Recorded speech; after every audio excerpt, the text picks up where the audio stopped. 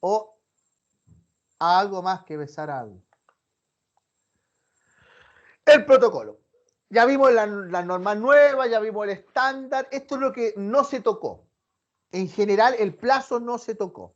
Más allá de los estándares que yo ya expliqué, que ya vimos que no solo cómo se tramita, sino que a su vez hay toda una serie de estándares complementarios, que usted tiene que hacer un informe de seguimiento cada semestral, hay que hacer índices de objetivos para garantizar las condiciones en la capacitación, ¿no? Todos esos estándares ya los vimos, ¿no? Que es el nuevo artículo 211A, que está en la lámina correspondiente. Esto es lo que quedó intocado.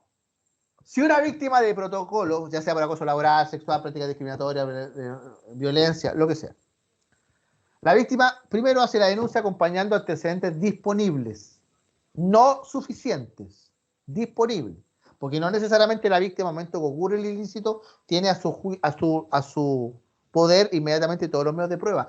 Es muy común que, por ejemplo, si uno presenta testigos en un protocolo, ellos aporten pruebas que la denunciante en su minuto, cuando denuncia, no las tenía. Por eso que ahí se cambió antes era antecedentes necesarios, ahora es disponible. O sea, hay una flexibilidad probatoria, justamente porque lo que quiere el legislador es que el protocolo funcione, que no quede en nada, que no sea letra muerta. Por tanto, baja la presentación desde el punto de vista de la carga probatoria en el inicio y lo hace un poquito más dúctil. La empresa aquí comienza la investigación interna o denuncia, o si el caso es muy grave,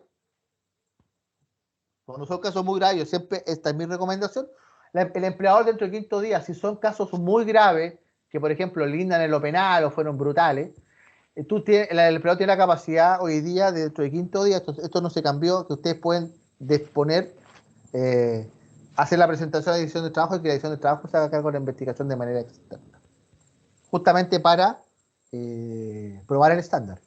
Y justamente porque el empleador entiende de que es un caso lo suficientemente grave para que en el fondo esa gravedad pueda afectar la objetividad, ¿no?, del proceso. Si es así, es muy complejo. Yo siempre, y esto es un tips que lo he dicho hace 10 años, deriven a la Dirección del Trabajo y que la Dirección del Trabajo haga su trabajo, ¿no?, se apersone en la empresa, haga la investigación de oficio. ¿Cuál es el plazo de investigación? Esto no se cambió, 30 días, desde el momento de la denuncia. Los medios probatorios. Con el nuevo estándar, lo requerido es que la parte denunciante tenga la mayor cantidad de plazo para presentar pruebas, que no sea al revés, que no sea un juicio. Esto no es un juicio sumarísimo, ¿no? Es un procedimiento administrativo, que hay que tenerlo presente. Entonces, en general, dentro de los 30 días, teniendo en cuenta que los primeros 5 son, o sea, está la denuncia, dentro de los primeros 5 se empieza la investigación, o sea, imaginémonos que nos quedan 25 días. Dentro de esos 25 días, el estándar nuevo, ojalá requerido, es que la persona pueda rendir dentro de los siguientes 15 días la prueba, no menos que eso. ¿Por qué? Para darle para uno demostrar, ese es el estándar, de que la empresa dio toda la mayor cantidad de facilidades posibles para que la denunciante, en un ambiente de confidencialidad, reitero, confidencialidad. Si una trabajadora denuncia un acoso sexual y poco menos al día siguiente toda la empresa sabe lo que dijo la señora, la empresa se ha metido en un problema de implicancia insospechada. Porque si ustedes, o sea, la persona que designa recursos humanos para hacer la investigación, que tiene que hacerlo con el respeto a ambas partes, con una tramitación diligente, respetando los plazos, teniendo los plazos de audiencia privada, esa persona filtra la denuncia, que es muy común en Chile, sobre todo si es denunciado un gerente o una persona de una jerarquía bastante superior a la denunciada. Si eso ocurre, la empresa se acaba de meter en un tete, porque la persona puede, con esa filtración, recurrir al tribunal, porque es una vulneración gravísima a su derecho a la intimidad. Porque ustedes entenderán que, sobre todo en el caso de mujeres, no es fácil para una mujer denunciar un acoso sexual, y menos si es un superior jerárquico.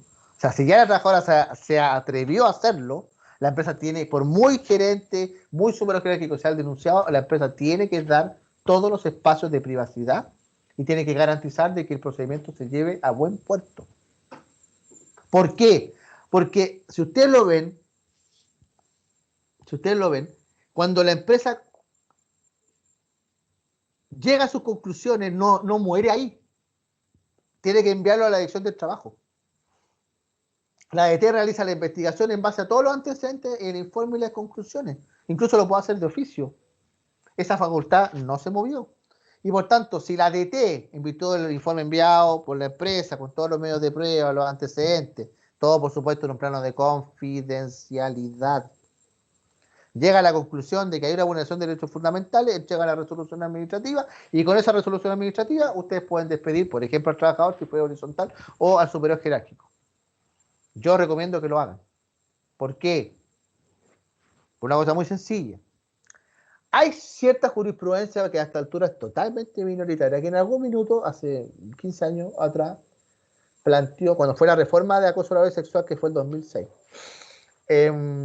no existía siquiera Karin. Ahora con Karin está totalmente resuelto esto, porque el estándar se elevó, pero una jurisprudencia muy minoritaria planteada de que la resolución de la vulneración de derechos fundamentales era facultativa para el empleado. Y eso es un error. ¿Por qué? Porque en el fondo lo que valía, según esta jurisprudencia muy minoritaria que fue muy breve, lo que valía en el fondo era el funcionamiento del protocolo interno.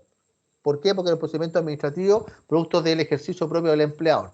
Por tanto, y todo esto a propósito de la discusión, porque esta discusión se produce porque el informe me acuerdo perfecto, el informe de la empresa evacuado las conclusiones, absolvían al denunciado, pero la DT lo condenaba.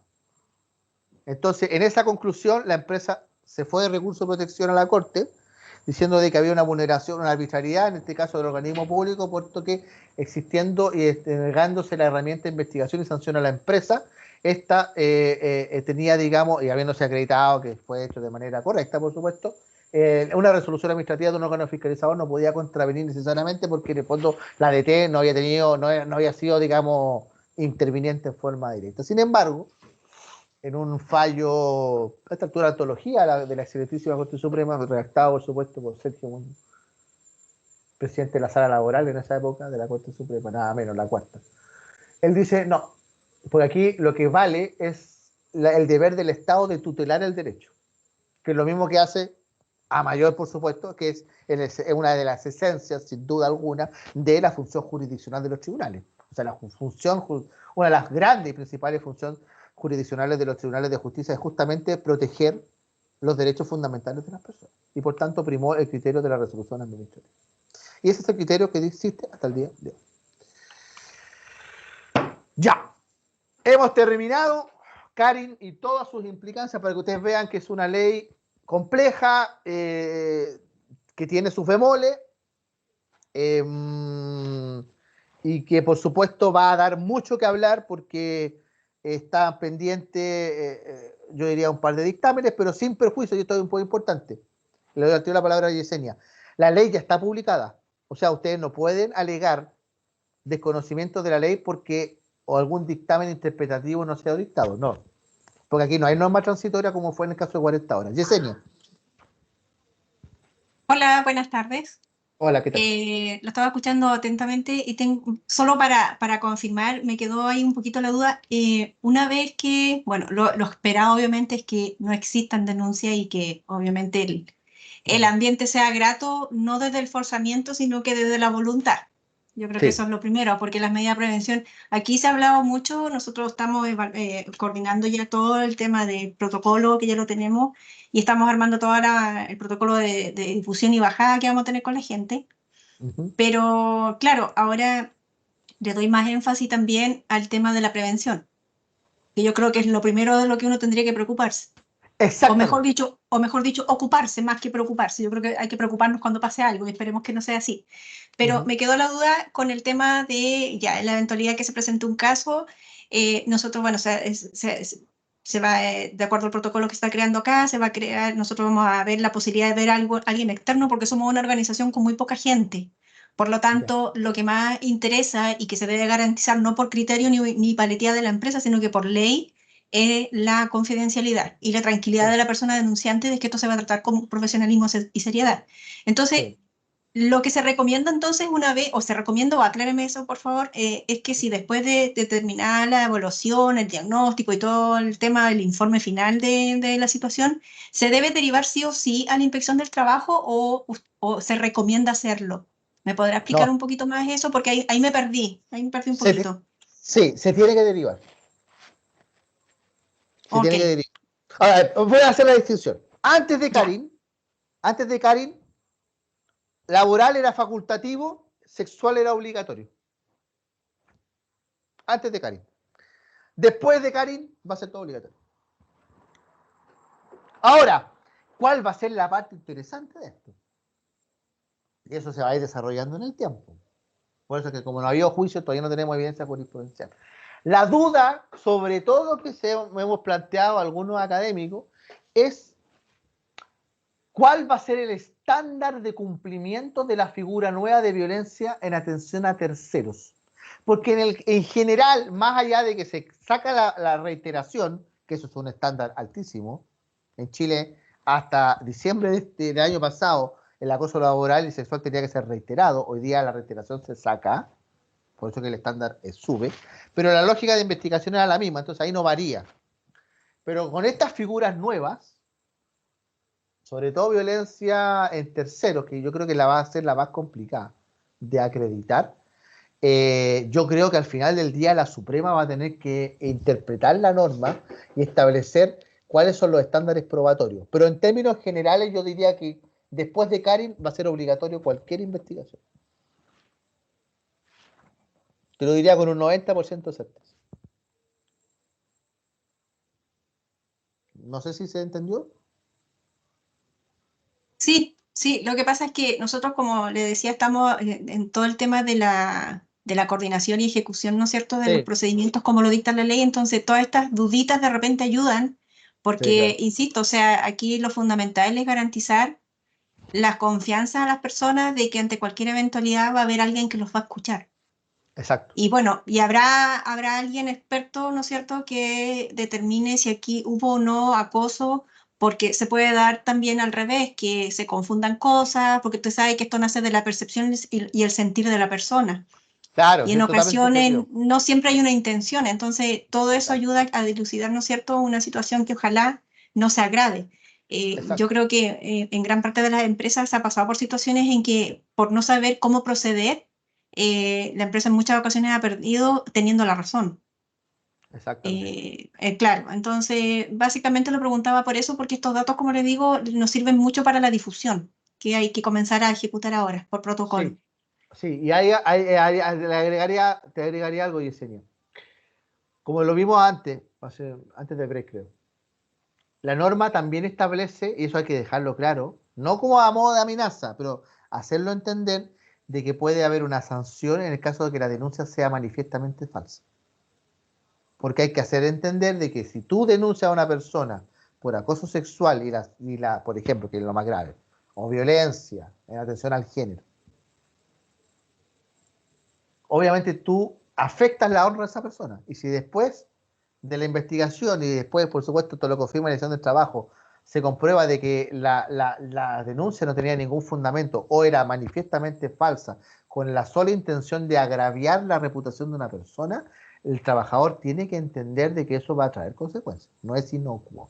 ¿Sí? O sea, hay que tratar, como tú muy bien dices, de equilibrar y hacer entender, y todo esto es parte del proceso de capacitación. ¿No? Eh, Porque es importante. Doña Esnelda. Doña Esnelda. Sí, buenas tardes. Yo soy Hola. Esnelda, trabajo en Balmar, área construcción. Con respecto a Ah, lo último que se está hablando, yo quería hacer una consulta. ¿Qué pasa en el caso de nosotros? Por ejemplo, yo trabajo en el área de recursos humanos, en la parte administrativa, uh-huh. y ¿qué pasa cuando un trabajador hace este tipo de, o sea, denuncia de que ha sido maltratado, que ha sido acosado, no sé, por parte de nosotros, o específicamente en el cargo en que yo me desempeño, siendo esto o no correspondiendo, ¿qué pasos debería hacer yo? Porque yo también soy trabajadora de la empresa y me veo afectada también por esta denuncia falsa de parte de los trabajadores. La parte de remuneraciones siempre es ingrata, o sea, siempre los culpables somos nosotros y por lo general la gente cuando no está conforme, porque obviamente siempre, todos queremos ganar siempre mucho más dinero y nunca estamos conformes, y que eso es parte de nosotros como personas, siempre tocamos o vivimos ese lado ingrato, ¿ya? Entonces, yo por todo lo que he estado escuchando, esto es súper delicado. Entonces, cargos específicos nos vamos a ver igual expuestos a este tipo de denuncias, y a eso voy. ¿Qué pasos uno tiene que hacer para el resguardo o que quede alguna constancia? Perfecto. Esnelda, Esnelda, te aprovecho también de reforzar tu pregunta cuando uno desvincula a un trabajador. También Exacto. Yo he ahí vivido situaciones. no solamente temas de remuneraciones que te van a alegar, sino que finalmente tú desvinculas a un trabajador y uno siempre está expuesto a la reacción de la persona. Entonces, Así es, agresividad. ni siquiera la ley piensa en eso, en que cualquier persona puede tomar, no sé, un cuchillo, cualquier cosa, y Sí, agredirte. Y tú no sí, estás, es o así. sea, tú no tienes ninguna protección de nada, ni siquiera no vamos a estarle poniendo ni una cámara ni un botón de pánico. Entonces, al final volvemos al tema de la ley, que la ley no... La ley es ley nomás, por el final se hace como yo creo un Así poco es. como la carta al viejo Pascuero nomás, ¿ah? Porque al final las cuestiones pasan, se hacen unos par de, bueno, no quiero entrar en materia, pero al final uno nunca gana ni nunca llega a acuerdo en estos temas. Ujú. Interesante, muy buena la conversa. A ver, primero, en términos generales, la primera medida para resguardar es que se establezca expresamente, esto no sé por qué no lo hacen los reglamentos internos, pero bueno, si la norma le está dando la salida, ¿sí? O sea, usted tiene que especificar en el protocolo para todas las causas, cualquiera sea el motivo, laboral, sexual, violencia, etcétera, discriminación, que tiene que establecer una norma, una norma, no un párrafo, no, un artículo específico que diga, ¿no? Para que los trabajadores entiendan de que cualquier denuncia que se realice de manera totalmente infundada o manifiestamente falsa, ¿cierto? Otorgará al empleador para poder tomar las medidas disciplinarias que correspondan. Con eso, ¿cuánto me demoré en decirlo? 2 segundos. Es 2 líneas. Y esa, por supuesto, lo tienes que relacionar con el artículo del reglamento que establece las sanciones. Como nosotros sabemos, las sanciones no solo es el despido, o sea, la sanción administrativa del reglamento parte desde la amonestación, el descuento de remuneraciones, y llega hasta la desvinculación. Ahora, en el caso de Karin, porque Karin lo dice, la sanción, esto vuelvo a reiterar un punto que hablé sobre el informe de la Suprema antes de la publicación de la ley Karin, dice expresamente que las investigaciones, las denuncias que se emprendan por el protocolo con la nueva ley, ¿cierto? Se acredite que sea manifiestamente infundado o, ¿cierto? Realizado con la intención positiva de causar un daño, ¿no? O sea, de manera totalmente falsa, eso trae una consecuencia y la Suprema ya lo zanjó. Ni siquiera estamos hablando de amonestación, estamos hablando de aplicar la causal de despido, en este caso por falta de probidad. Esta es la primera parte, o sea, resguardarse en lo formal.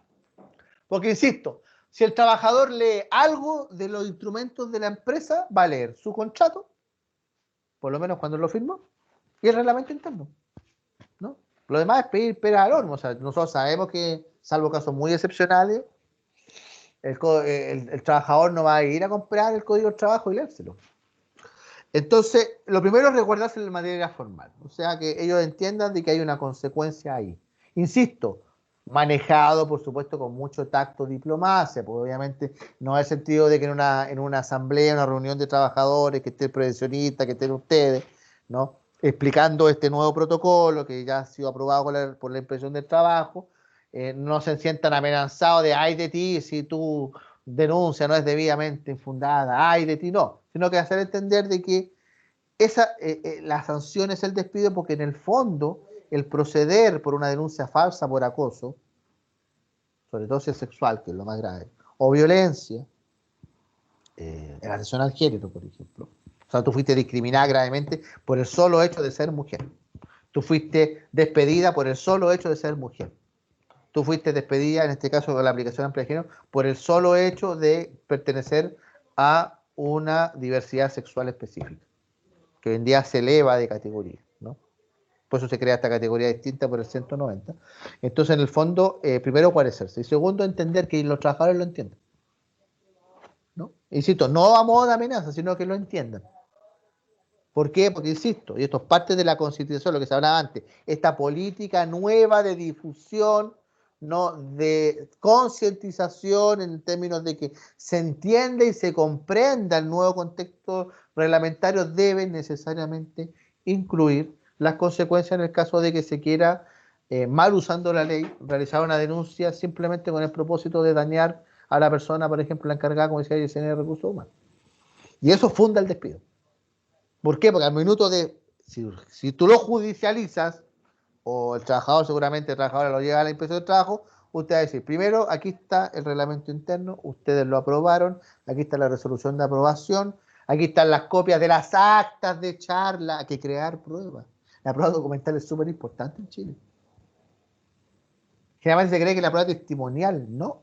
La prueba más importante de este tipo, sobre todo para despedir bien, o sea, que teniendo la razón el empleador no traiga, no obstante aquello, consecuencias, porque si uno despide mal, va a terminar pagando igual, es crear la prueba. Entonces, si usted tiene, mire aquí la acta mire aquí, 22 de febrero, acta de discusión, aquí firmó el caballero, sí, firmó. O sea, supo que ya. ¿Se le entregó copia del reglamento? Sí, se le entregó copia. De manera digital, por supuesto, generalmente, ¿no? Ya.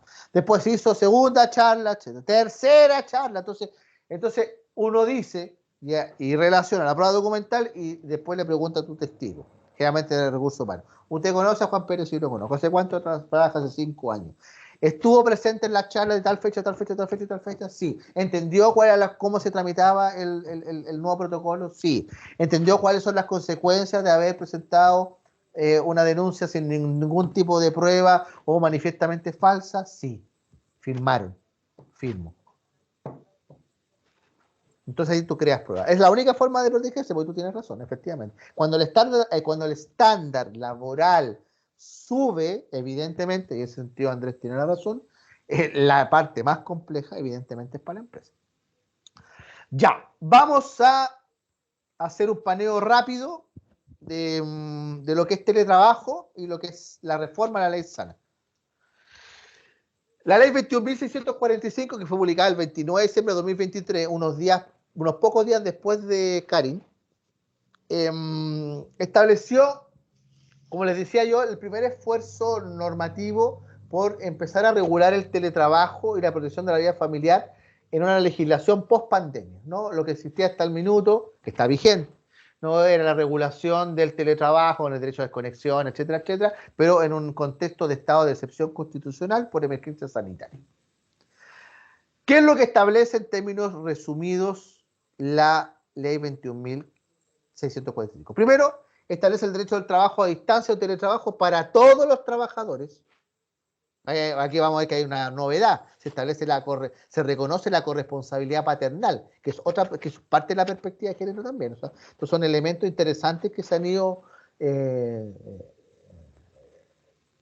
incluyendo la legislación chilena. De hecho, existe ya toda una línea jurisprudencial de la Corte con perspectiva de género en distintas materias, principalmente en materia de derecho de familia, pero en laboral también hay algunas cosas bien interesantes. Bueno, pero ¿qué es lo que establece en términos generales, como les digo?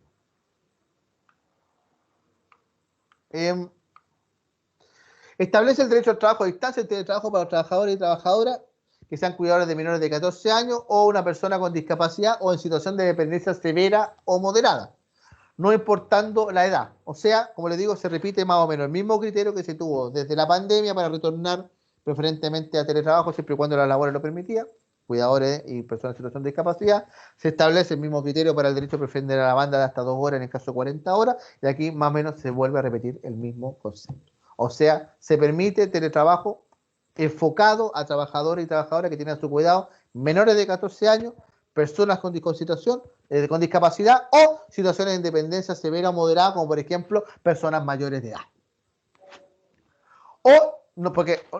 Y que no reciban remuneraciones por esta labor, a que toda su jornada o parte de ella, sea diaria o semanal, pueda ser ejecutada bajo la modalidad de teletrabajo a distancia, a la medida que la naturaleza de su labor lo permite. O sea, tenemos un primer presupuesto. Hay un derecho preferente para determinada categoría de trabajadores que tienen a su cuidado estas 3 categorías. Con 14 años, personas con situación de discapacidad, por supuesto, todo tiene que acreditarse vía documental, o situaciones de dependencia severa o moderada. ¿Para qué? Para tener derecho preferente, si la labor lo permite, obviamente.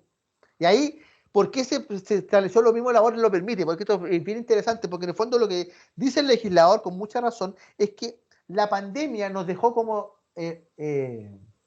enseñanza que hay labores, ustedes ya lo vivieron, que perfectamente se pueden realizar de manera a distancia o en una jornada híbrida en donde unos días sean presenciales, otros días sean en el domicilio y no pasa nada. O sea, no se afecta la productividad de la empresa. Hay ciertas labores que sí se pueden y ciertas labores que de efecto no se pueden. Segundo elemento, este beneficio no se aplicará a los trabajadores que tengan poder para representar al empleador, o sea, los gerentes, subgerentes, agentes y apoderados quedan fuera. Tercero, se establece como derecho el uso de preferente al feriado legal durante las vacaciones escolares establecidas por el Ministerio de Educación a las personas trabajadoras que tengan el cuidado personal a un niño o niña menor de 14 años o adolescente menor de 18 años con discapacidad o en situación de dependencia severa o moderada por sobre todo los trabajadores sin tales obligaciones. O sea, tenemos 2 situaciones de teletrabajo. Las personas permanentes que tienen cuidado menor de 14 años, pero sobre todo, por la ley de inclusión, se pone el acento ahí. En el caso de discapacidad o situación de dependencia severa o moderada, no importando la edad, desde ya ustedes pueden pactar, si por supuesto la labor lo permite, una labor de teletrabajo. Ese es un primer escenario per se. Un segundo escenario per se son aquellas personas que, sobre todo cuidadoras de menores de 14 años, ¿no? Para que se le pueda acordar o pactar con la empresa de que en los meses del año en donde sus hijos tienen vacaciones establecidas por el Ministerio de Educación, o sea, vacaciones de invierno y de verano, se le puede otorgar el beneficio preferente para que durante las vacaciones de los niños, que para las trabajadoras es una dificultad, porque evidentemente muchas de ellas no tienen redes de apoyo suficiente y no tienen con quién dejar a cuidado a los niños cuando están de vacaciones, se le otorga el derecho preferente para que en esos plazos específicos, o sea, vacaciones de invierno y de verano, que son las que establece el calendario en Ministerio de Educación, se le puede otorgar a la trabajadora el derecho preferente, principalmente en ese caso, ¿no? El derecho preferente para poder, durante esos periodos, trabajar con teletrabajo. Cuarto elemento. También busca promover la igualdad de oportunidades y de trato entre las mujeres y el hombre. Ello en la idea de presentar tanto la salud y bienestar de los niños y niñas como el de sus progenitores y progenitores. Por eso, como vamos a ver, se reforma dentro de la ley 21.645, se reforma el artículo 194, que es el primer artículo con el que se establece la norma de protección a la maternidad, y ahí se establece por primera vez en Chile, en categoría, digamos, de laboral, de legislación laboral, la corresponsabilidad. Lo vamos a ver en 5 minutos. Así quedó. Un comentario, no sé, hablando ahí un poco, supuestamente es una igualdad, pero en la realidad es re difícil hacer una igualdad. Ah, sí, obvio. Porque, claro, porque en el fondo, sí. Pensemos que la gran mayoría son mujeres que están solas con sus hijos. Sí. ¿Dónde está la igualdad ahí? No, claro. Es una discriminación importante para las mujeres, ¿no? No, sin duda. No, sin duda. Por eso que en ese caso que usted tiene razón, la ley lo que hace el esfuerzo, esta ley, la ley de protección de la vida familiar y la paternidad, es claro, es teniendo presente ese contexto y realidad chilena de que una parte muy importante de las trabajadoras son madres solteras o provienen de separaciones o algún tipo de conformación de familia disfuncional, que es un porcentaje muy importante de la masa trabajadora de mujeres en Chile. Claro, ahí la intención es por lo menos darle la oportunidad de que por lo menos en cierta época del año, al menos, se le dé la oportunidad para poder trabajar con el teletrabajo. Ahora, usted dirá, ¿puedo darle permiso a partir de, con estas categorías, todo el año por teletrabajo? Por supuesto que sí. La ley evidentemente no se lo va a impedir, todo lo contrario, la van a aplaudir. Pero por lo menos, dijo, como primer avance, porque yo creo que va a venir, seguramente va a venir una norma complementaria posterior a esta, pero que esto es como un primer avance de teletrabajo post pandemia, por lo menos hasta madres solteras, como lo plantea doña Claudia Hernández, por lo menos darle la posibilidad, por lo menos, que durante los periodos que los niños están de vacaciones, por lo menos permitirles el derecho preferente al teletrabajo. Esto es como un mínimo. Ahora, si usted a partir de ahí quiere establecer sobre el respecto de esas trabajadoras con cuidado mayor de 14 años, situación de discapacidad o de dependencia severa, si la labor lo permite y usted ya tuvieron la experiencia, por ejemplo, en pandemia, que no pasa nada, la trabajadora puede perfectamente desempeñarse el teletrabajo y usted quiere establecer un régimen general de teletrabajo, perfectamente lo pueden hacer. Dígame. Ronnie, disculpe, no sé si hay otra persona, pero me queda, no sé si más que entre duda y comentario. Sí, dime. Aquí no hace distingo, ¿cierto?, respecto del derecho de quien cuida quien se hace cargo del cuidado, porque eventualmente podría suceder que respecto de un hijo menor de 14 años, por un lado el papá que trabaja en una empresa A también pretenda ejercer este derecho y sobre el mismo niño, ¿cierto?, la mamá que trabaja en una empresa B Sí. pretenda el mismo. No sé, ahí No, la ley no. no se distingo. Sí, se hace O más sí. adelante sí. Sí, Ya, lo hace. perfecto. Lo adelanto, porque Ok, la pregunta del Luis Estordo es súper buena. Justamente cuando hablamos de corresponsabilidad es eso. Ahora, se hace con la misma lógica en la norma de protección a la maternidad. O sea, como se instaura la corresponsabilidad, es perfectamente posible, como lo vamos a ver, que la trabajadora ceda su derecho al padre. ¿Sí? Lo ceda. Ahí obviamente tiene que contar por escrito, tiene que enviarse con carta al empleador del trabajador, etcétera, etcétera.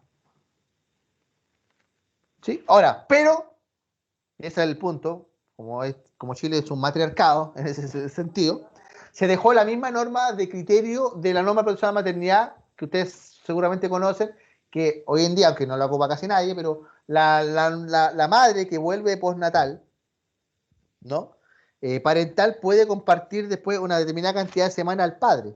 Eso quedó establecido, aunque no lo ocupó nadie, porque el 99,9% de las mujeres se toma todo el periodo de descanso maternal, digamos. Pero con esa misma lógica se estableció en este caso.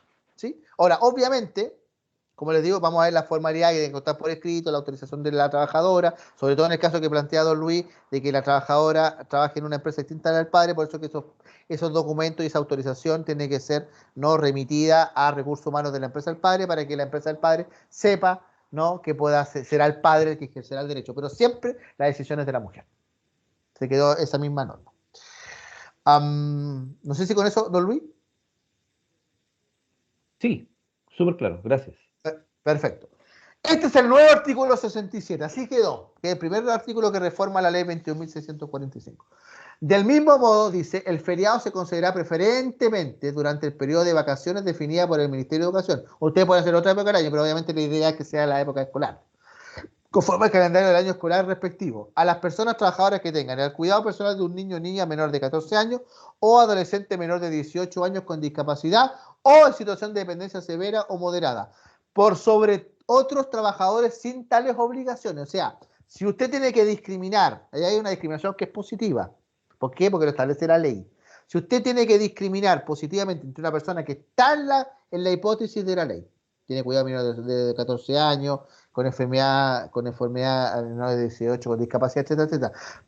Respecto a una trabajadora que puede hacer la misma función en teletrabajo, su función lo permite, la ley le establece la obligación al empleador. Usted tiene que favorecer a la persona que está en la situación de la hipótesis del artículo 67. Para estos efectos, dice la ley, la persona trabajadora hará la solicitud al menos con 30 días de anticipación. Y deberá acompañar el certificado de nacimiento que acredite la afiliación respecto de un niño o niña. O la resolución judicial de un tribunal que otorga el cuidado personal de esto, que es el otorga el tribunal de familia. O el certificado de inscripción en el caso del Registro Nacional de Discapacidad, conforme a la letra B de la ley 20.422, que es una de las leyes de inclusión laboral. O el documento emitido por el Ministerio de Desarrollo Social y Familia, conforme a la información contenida en la ficha de protección social. ¿Alguien levantó la mano? Disculpe. Yo, Claudia. Dígame. Este tema es muy importante para mí porque ya tengo un caso de una trabajadora que hizo la solicitud del teletrabajo, mediodía, presentó el certificado y todo el tema. Y ahí estamos analizando, a pesar de que ella igual es jefa de área, igual se lo vamos a aceptar porque ella pidió mediodía. ¿Ya? Pidió mediodía. Puede ser, como lo que yo le estaba escuchando, puede ser todo el año, ¿no es cierto? Si usted autoriza. Si yo lo autorizo, claro. O puedo darle un plazo porque ella presentó el certificado que ella es la tutora, claro. Es un caso de que madre soltera y ella es la tutora, presentó un certificado también que le permita a ella la tuición y todo el tema.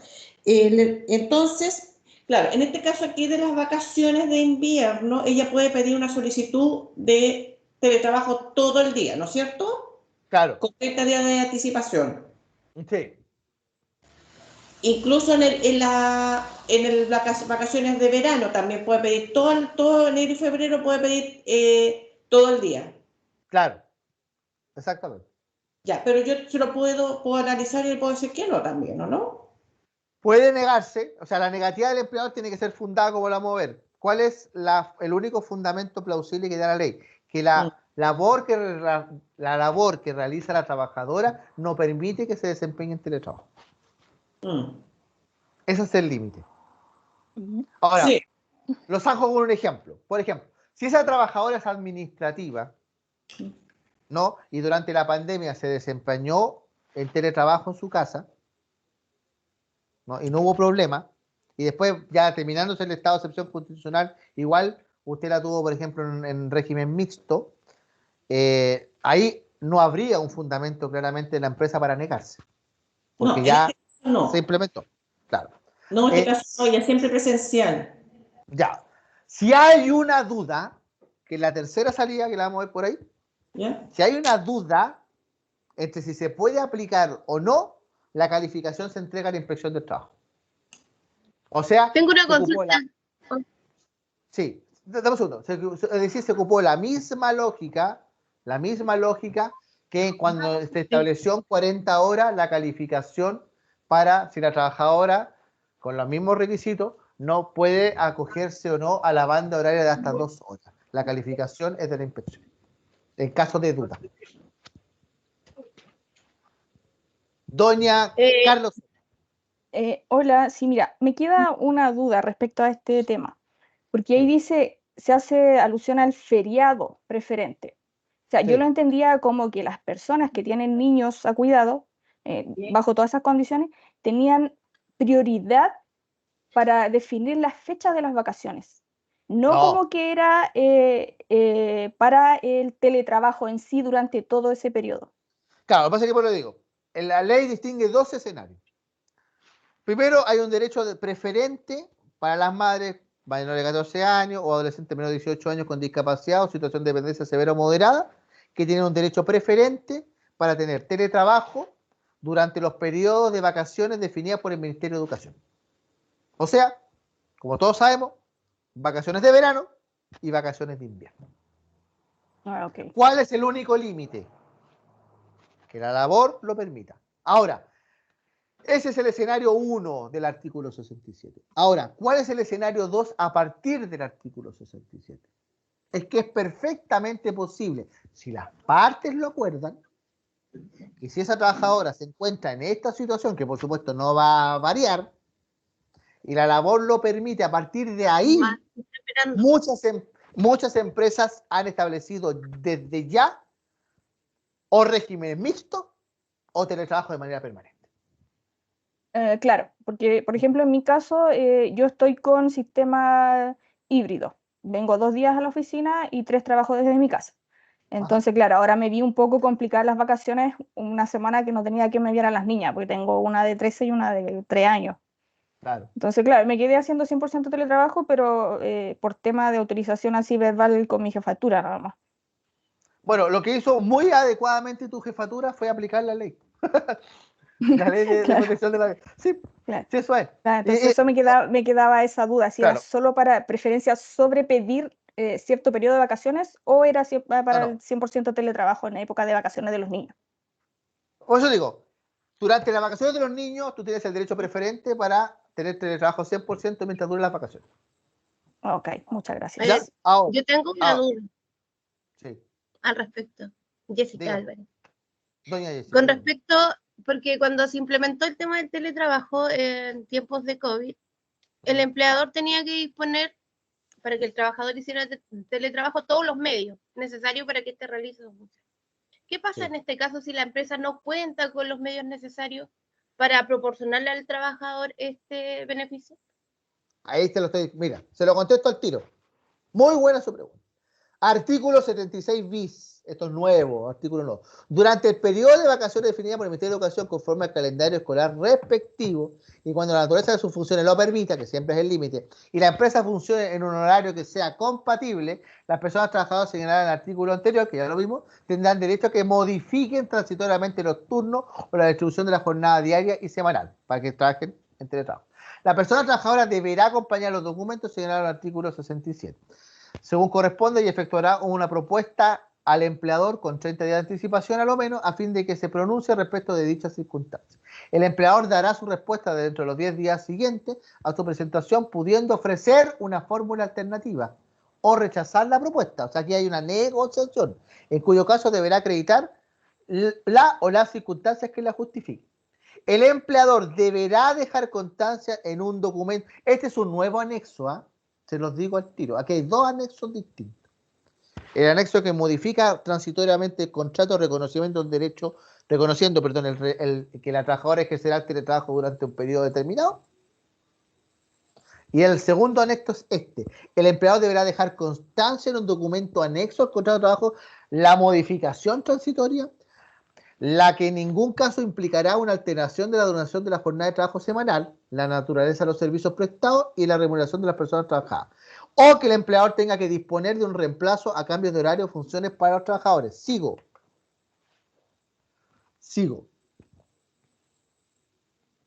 Artículo 152, cuater o bis nuevo.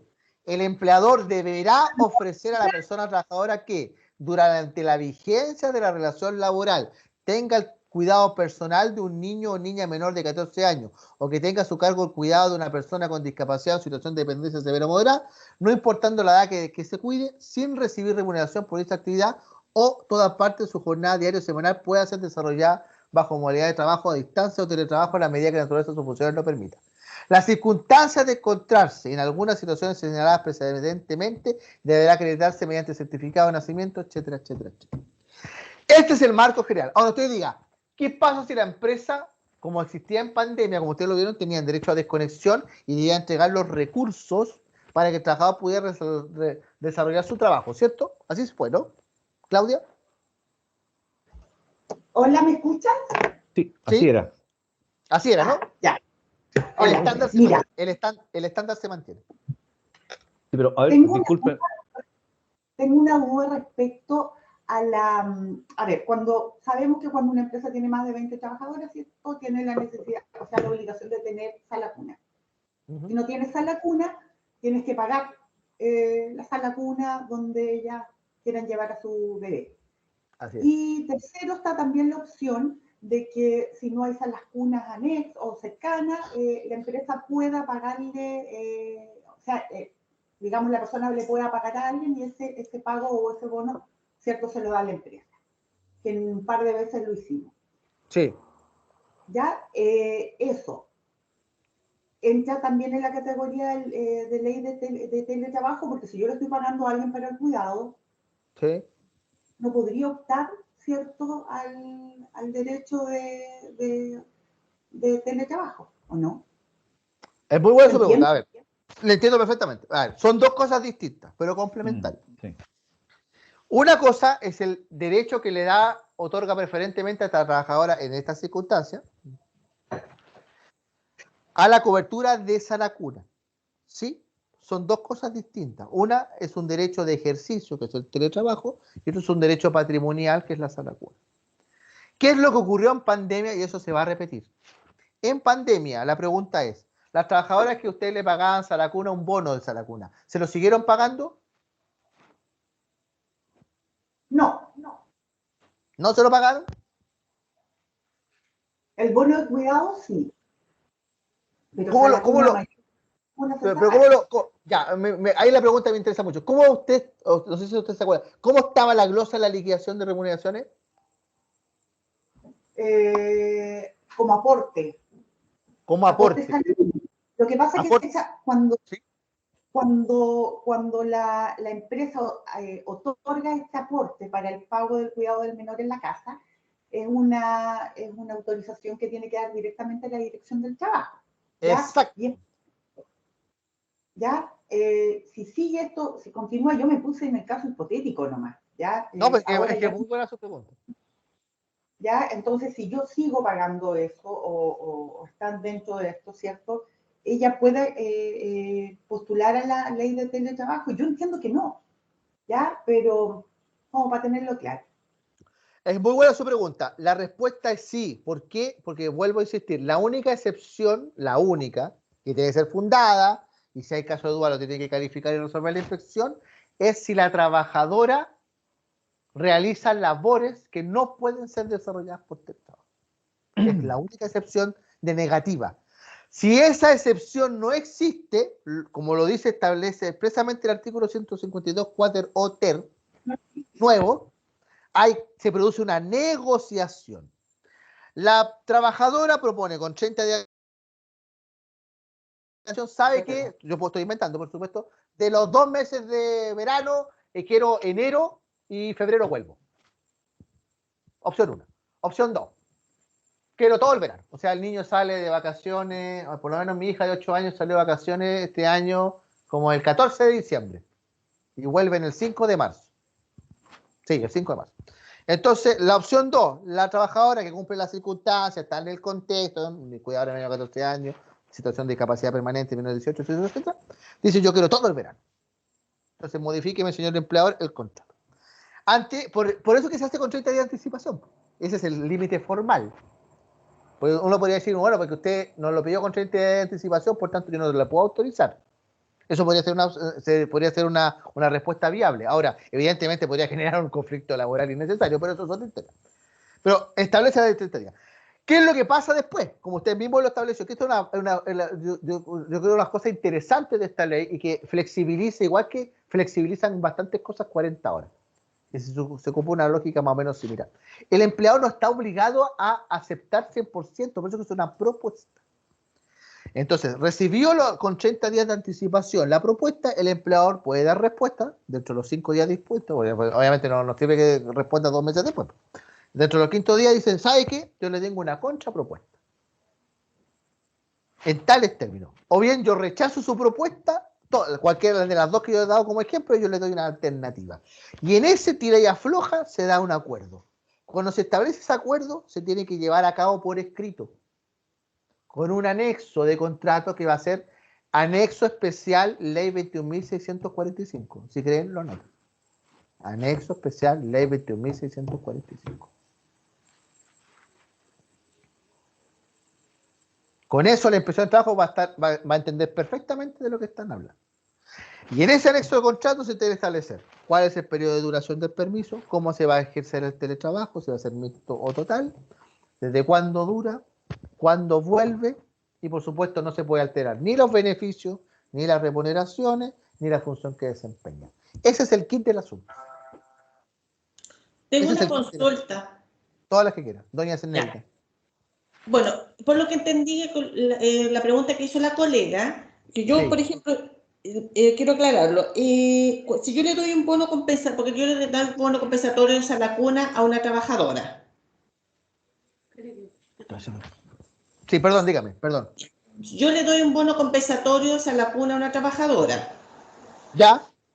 ¿no es cierto? Para que ella pueda, le paga a una persona para que ella pueda cuidar a su hijo. Y ella pide teletrabajo. Yo estoy obligada también a darle teletrabajo o a ver a su propuesta, no me la puedo rechazar. O sea, ¿te puedes rechazar la propuesta? Sí, no sí sé, pero si ella cumple todos los requisitos. Ajá. Ya, esa es la parte que yo quería llegar.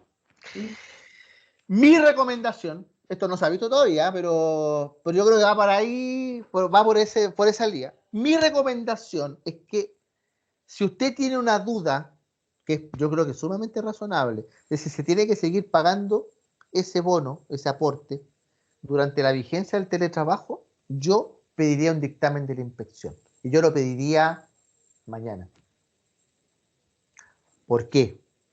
Porque eso va a zanjar el criterio objetivo. Porque acuérdese usted que puede ocurrir, porque estamos en Chile, de que imaginémonos Hola, que muy usted... buenas tardes. Te quería hacer una consulta. Estoy llamando acá a la empresa Transformadores Tuzán. Y mira, lo que pasa es lo siguiente. Tengo un trabajador que me dice que falleció su hermano. Entonces yo entiendo que la ley te da 4 días desde Ajá, el inicio del de fallecimiento. permiso. Sí. Sin embargo, él me dice que no es su hermano directo, sino que es como no sé si hermanastro o finalmente su medio hermano que le llaman también. Ajá. ¿No tiene qué? No sé si me está preguntando a mí. Yo creo que está Ya, con el micrófono independiente, abierto nomás. No, que ¿Aló? estoy pensando en que puede ser que la persona sea, no sé, Hay que sea silenciar. hermano por temas de mamá, ¿me entiendes? O sea, que en el fondo no por papá, sino que más con... ¿Aló? Yo creo que se le quedó el micrófono abierto, claramente. Ya. Le da la respuesta, sí. Si esta afiliación está determinada, tiene que darle el permiso. Ya, pasamos a lo nuestro. Entonces, yo pediría ese dictamen ahora. Ya. Porque efectivamente, el único caso porque en realidad yo me da la impresión de que no quedó 100% cubierto por la ley, es el caso de ese aporte, que se hacía efectivamente en el caso de pandemia. Porque justamente si el sentido de la ley es que la madre pueda tener una conciliación de su vida familiar, ¿no? Con su trabajo, en estas circunstancias tan especiales, que se pueda tener a su cuidado el niño durante el periodo de feriado, es razonable tener la duda, como lo plantea doña Esnelda, en términos de decir, yo tengo la obligación de pagar durante ese periodo, imaginémonos que usted apruebe en enero y febrero completo, por ejemplo, en verano, tengo que incluir este bono en el pago de la liquidación. A mí me daría la impresión que no, en ese sentido, pero como le digo, yo presentaría la solicitud de un dictamen para resolverlo y así ustedes tienen así el respaldo suficiente por si hubiera una reclamación posterior, si tuviera una reclamación posterior por no pago del bono incluido en la remuneración del mes correspondiente. Ya, creo que doña Jessica me está preguntando. Mira, lo que pasa es que, ¿qué pasa si tengo un departamento con 5 trabajadoras que atienden público, me atienden teléfono y todas ellas tienen el derecho, que tienen hijos de menores de 12 años, perdón, y todas me solicitan el teletrabajo? ¿Qué hago ahí? Es una muy buena pregunta.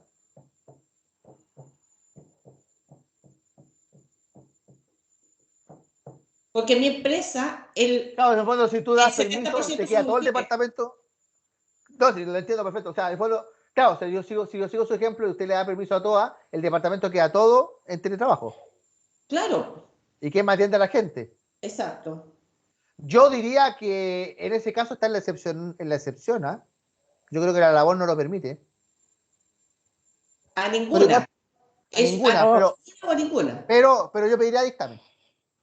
Porque claro, Ok. sería súper discriminatorio decir a las dos sí, dos no. Ahora, Claro. uno podría negociar, ahora, si uno es hábil, porque como la ley te plantea en el 143 cuater que el empleador puede dar una contrapropuesta y negociar, yo lo que haría, si yo fuera su humilde asesor, yo negociaría con los trabajadores y le mire, No Claro. podemos dejar todo el departamento porque ustedes atienden público. Entonces, les propongo que en un periodo se lo tomen 1 y en otro periodo se lo tomen 8. Así como salomónico. ¿Ah? ¿Qué les parece? Ya. Súper. Si hubiera duda, porque puede haber duda, porque alguien de alguna de esas trabajadoras perfectamente y legítimamente quizá podría decir, oiga, pero todos tenemos derecho, ¿no? Entonces, en ese caso, si hay duda, yo pediría una consulta a la Inspección del Trabajo para que ustedes se respalden. Porque en estricto rigor, yo creo que ellos están en la excepcionalidad de que la labor no lo permite. Ah, pero como en la ley nunca uno es 100% categórico, porque usted, como puedes ver, el derecho al trabajo, sobre todo el derecho al trabajo, es una disciplina que está lleno de excepciones. Yo dejaría el criterio de la inspección para tener respaldo. Doña Jessica Álvarez. Jessica, ¿tiene la mano levantada? Está muteada.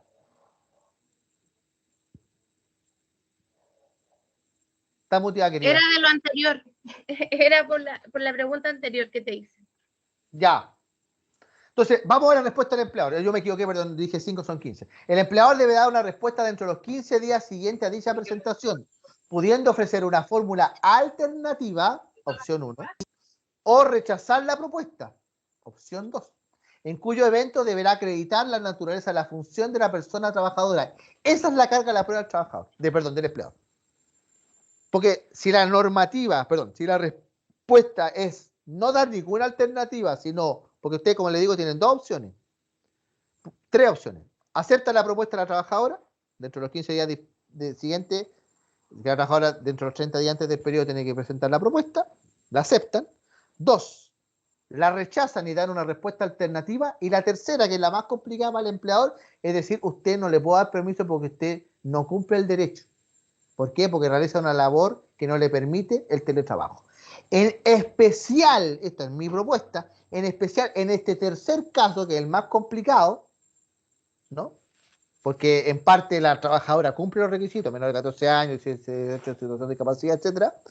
Como puede producirse una conflictividad antes de decir que no, porque yo tengo la convicción, que puede ser totalmente correcta, de que no tengo derecho, porque la trabajadora no permite la modalidad de trabajo a distancia, como en el caso de las labores que requieren que la persona trabajadora se encuentre presencial en su puesto de trabajo, o la atención presencial de público. Ahí le estaba dando la respuesta a doña anterior, a doña Nilda, o que por necesidades organizativas sean requeridas para la realización de los servicios de las otras trabajadoras, o la atención de servicios de urgencia, guardia o similares. O sea, como ustedes pueden ver, el 152 Quater Oter da una serie de excepciones. Entonces, desde el punto de vista del manejo de la relación laboral, ¿no? Lo conecto mucho con Karim, el ambiente laboral y el cuidado, yo lo que haría, sobre todo en el tercer escenario, en que yo tengo la convicción de que la trabajadora no tiene derecho, pero son varias, por ejemplo, siguiendo el mismo el ejemplo que da, que son 4 personas, las 4 atienden público, yo podría perfectamente decirle a todas no. ¿Por qué? Porque ustedes tienen que atender público y su trabajo por el cual fueron contratados es atención directa a público, por tanto, ustedes estarían en la excepción. Claro, yo podría decirlo perfectamente. Ahora, si yo quiero, con la perspectiva de cuidar el ambiente laboral y que no se me eche a perder, por ejemplo, y como esto es un principio de normatividad mínima, el empleador siempre podrá dar y otorgar en este caso el derecho, aun cuando crea que no lo merezca, perdón.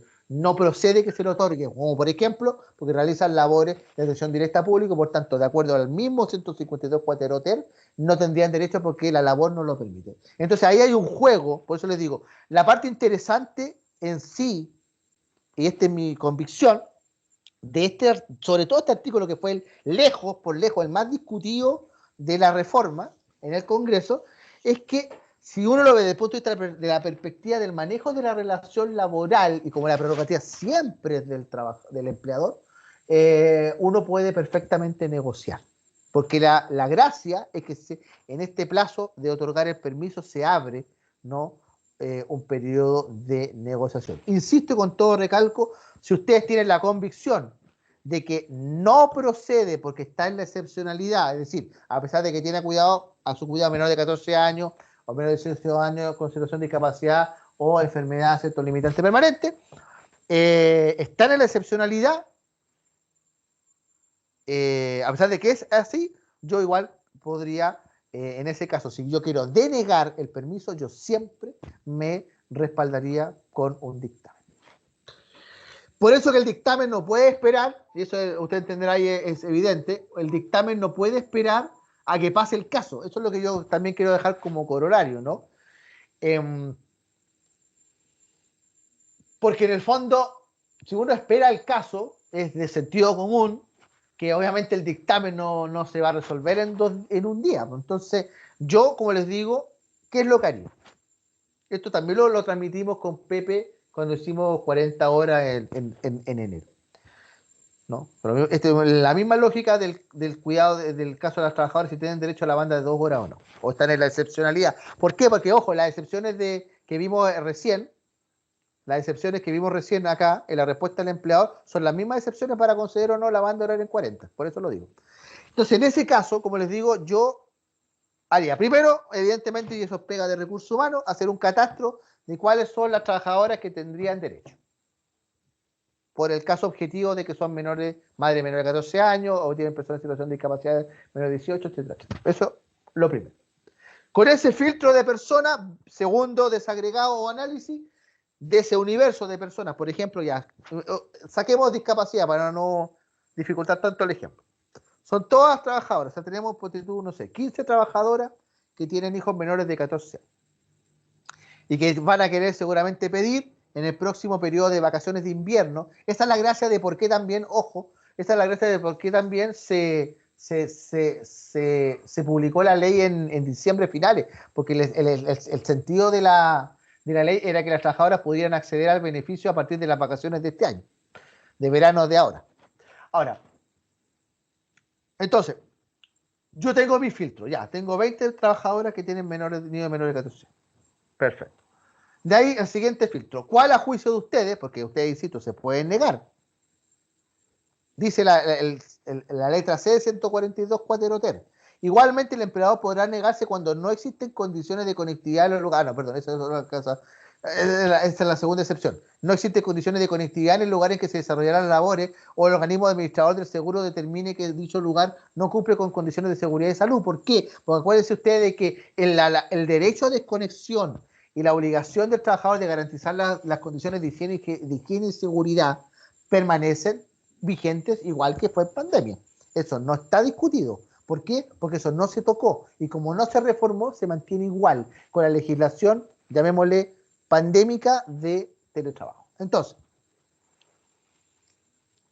tengo mi filtro. Una cosa, yo sé que a lo mejor puede ser, me estoy adelantando un poco, pero a propósito de esto de que nos den las condiciones, por el mismo caso esta trabajadora, ¿ya? Ella está en Santiago, pero ella tiene en Chillán, cerca de la cordillera, no me acuerdo, no sé, Fabián, parece el sector. Ella puede de repente llegar y cambiar y decir que se va a ir de vacaciones, se va de teletrabajo a otro lugar. O se va a otro lugar en el verano. ¿Tiene que indicarme? ¿Yo se lo puedo aceptar? Sí, sí, exactamente. Yo se lo puedo negar, ¿no es cierto? Decirle no. No, o sea, no, ella tiene que informar. ¿Por qué? Porque es muy buena su pregunta. La lógica del teletrabajo, ¿cuál es? Es que estén las condiciones para que el trabajador desempeñe sus labores, pero en un lugar que no es la empresa. ¿Cierto? De eso estamos hablando, ¿cierto? Sí. Porque no estamos hablando del feriado. Ojo, no estamos hablando de feriado. Porque si la trabajadora se va de feriado nomás, porque no tiene que estar trabajando. Ya. O sea, estamos en un periodo, por ejemplo, en enero. Niños. Exacto, estamos en un periodo de enero, los niños están de vacaciones, pero ella sale en febrero. ¿Cierto? Ya. Entonces, en ese periodo de enero, la trabajadora tiene que indicar expresamente y tiene que asegurar, y ojo, esta cuestión, me gusta su conjetura, porque hilar fino, me interesa. Solo si el trabajador lo autoriza, puede ejercer la labor de teletrabajo en un lugar distinto al domicilio. ¿Por qué? Esto tiene una razón objetiva, no es voluntarismo. ¿Por qué? Porque el espíritu de la ley, que es tan importante como la letra, es, si uno atiende a las condiciones que se desarrolló el teletrabajo en pandemia, se designa el domicilio o un lugar que la persona designe como domicilio, así está establecido en la ley antigua, está ya aprobado por el trabajador y el empleador que en ese lugar no hay problema de conexión y la trabajadora cumplió su horario y sus obligaciones de manera remota. Por tanto, si a la señora se le ocurre, si sabe que me voy a ir a Mendoza, usted le puede decir no. ¿Por qué? Porque si usted se va a Mendoza, extremando el ejemplo, a mí no me asegura la continuidad del servicio. Sí, un Porque poco eso. obvio, Ronnie. porque el teletrabajo no es feriado. Ronnie, No. Sí. y agregándote otro tema, tú también con eso, si la persona tiene un accidente, Sí. tú lo tienes considerado en ese lugar en el que ella declaró. Porque si ella dice, me fui a la playa y me accidenté acá, y esto es accidente laboral, también no funciona porque ella declaró ese lugar. No, pero que si estoy hablando aquí en el caso de que ella pida con 30 días de anticipación, por ejemplo, a principios de diciembre, yo quiero enero trabajar acá, ya en la plena cordillera y en este sector. Lo pide con 30 días de anticipación. Pero en Claro. teletrabajo. Pero, Con disculpen, teletrabajo, ella está con teletrabajo mediodía, pero en por eso te enero, digo. en diciembre pide todo enero teletrabajo completo, pero en otro sector. No, ahí depende de la autoridad. Ahí tú autorizas. Depende del empleador ahí. Claro, sí, depende del pero, a empleador. ver, De hecho, yo, por ejemplo, si fuera yo el empleador, yo no autorizaría, por una razón muy sencilla. Yo le ¿No? explicaría ahora, no la autorizaría, por ¿Ya? la sencilla razón, por la sencilla razón. Esto es hilar fino, pero me gusta la hilada fino. El teletrabajo, como lo digo, vuelto a un segundo atrás, el teletrabajo supone simplemente un cambio en la modalidad del ejercicio del trabajo. Nada más. Claro. Nada más. Eso es todo. Según la experiencia de la pandemia, porque insisto, esta ley, la ley 21.745, se reguló en base a la experiencia que le dejó al mundo, y a Chile incluido, el teletrabajo en pandemia. O sea, nosotros como país nos dimos cuenta de que había ciertas labores, no todas, pero ciertas labores que perfectamente podían trabajar desde la casa y no pasaba nada. Esa experiencia acumulada en la pandemia permitió dar un paso adelante y que es el fundamento de la ley. Si ustedes leen el mensaje del proyecto de ley, es ese. O sea, como tenemos un aprendizaje, ese aprendizaje permite avanzar un pasito más y por lo menos permitámosle a aquellas trabajadoras, sobre todo solteras, no cuidadoras de menores de 14 años, etcétera, etcétera, por lo menos que en los periodos de vacaciones, que no tienen con quién dejar a los niños, permitámosle esta variación. Perfecto, ese es el fundamento. Ahora, ¿por qué yo no lo autorizaría? Por la razón siguiente. Imaginémonos, siguiendo el mismo muy buen ejemplo que da doña Claudia, se va a la cordillera en Chillán, ¿cierto? La pregunta es, ¿qué pasa si la señora llega a la cordillera en Chillán, se pega una lluvia de padre, señor mío, y la señora queda desconectada 15 días? ¿El incumplimiento de quién es? Eso. Es del trabajador. Incluso uno, hilando muy fino, incluso hasta la podría despedir por inasistencia justificada. Entonces, yo resguardando, explicándole a la trabajadora, mire, usted se puede meter en un problema, ¿por qué no lo hacemos como lo hizo cuando estábamos en pandemia? Porque yo ya verifiqué de que usted en su casa, que vive en la ciudad, no tiene ningún problema de conexión, trabajó regio estupendo, y yo le quiero dar el derecho. La mujer chilena, que es tan inteligente, que nos da cancha, tiro y lado, va a entender, va a decir, ¿para qué me voy a arriesgar a perder la pega? Si llueve o llego a un lugar, me desconecto, estoy en una reunión, me caigo a cada rato, y eso va a afectar mi desempeño. En general, la inteligencia y el sentido común indicaría que la trabajadora debiera decir, tiene razón, mejor hagámoslo en mi casa, usted me concede enero completo y después yo me voy feliz en mis vacaciones a partir del 1 de febrero y se acabó. Ahí, esa consulta, espérame, es que ahí no me quedó claro. Eso sería un incumplimiento si la persona, no sé, por esa eventualidad y se le pierde el internet, conexión. Es que claro, sí, ¿por qué? Porque exacto, ¿por qué? Por una cosa muy sencilla, que también es sentido común, pero tiene un sustento jurídico. Si yo quiero proponerle a mi empleador, siguiendo su muy buen ejemplo, que es súper ilustrativo, que en vez de hacerlo en la casa, en la ciudad, que tengo todas las comunidades, todas las comodidades y calidad de conexión que ya está aprobada, y me quiero ir a la precordillera, yo estoy corriendo un riesgo. Yo estoy asumiendo un riesgo. ¿Me entiendes? No es el empleador el que asume un riesgo desde el punto de vista del cumplimiento de la función. Es el trabajador el que está asumiendo un riesgo. Perfecto. Yo lo puedo despedir. Yo, claro, porque en el fondo imaginémonos que la señora porfía. No se preocupe, jefa, si yo ya lo resolví, ya poco menos tenemos internet satelital, no tengo idea. Entonces usted lo dice, doña Claudia dice, ¿estás segura? Porque acuérdese que si no me cumple, usted está incumpliendo su contrato. ¿Está segura? No, sí. Ya, bueno, ya. Vaya a la cordillera. Ahora, si eso es así, en esta cosa coloquial, ¿cómo yo la expreso? Y esta es la parte importante, doña Claudia. Si usted fuera una buena persona, que no lo dudo que lo es, y dice, ya, bueno, ya, váyase a Chillán a la cordillera. Usted tiene que explicitarlo en el anexo de contrato. ¿Cómo? En una cápite que dice condiciones, anótelo, condiciones del cumplimiento de la labor telemática. Cito textual. Fallo de la Corte Suprema, 2020. Ese es el acápite. 2 puntos, ¿cierto? Teniendo presente el acuerdo entre las partes, tendiente a de que la trabajadora ya individualizada es autorizada desde el día 1 al 31 de enero de 2024, ¿cierto? Realizar las labores de teletrabajo de acuerdo a la ley 21.645, se deja constancia de que el empleador consintió que se desempeñara la labor en el domicilio, tiene que especificar el domicilio. ¿De dónde va a estar la señora? Asumiendo la trabajadora por su cuenta y riesgo que asegura la continuidad del servicio. Y eso, entonces tú le tiras la pelota a ellos. Y ahí usted dice, oiga, pero usted se me desconectó, se me perdió 15 días. Pucha, jefa, que llovió. Pero yo le dije, usted asumió una obligación. Aquí está por escrito. Por lo menos es una amonestación. Disculpa, lo último que dijo, ¿el empleador accede a darle permiso con la responsabilidad de la trabajadora? Claro, asegurando a la trabajadora por su propia cuenta y riesgo, porque es una excepción. Por eso que yo no la aceptaría, porque el teletrabajo, ustedes responden por el excelente trabajo. Yo creo que es bien riesgosa la cosa. Sí.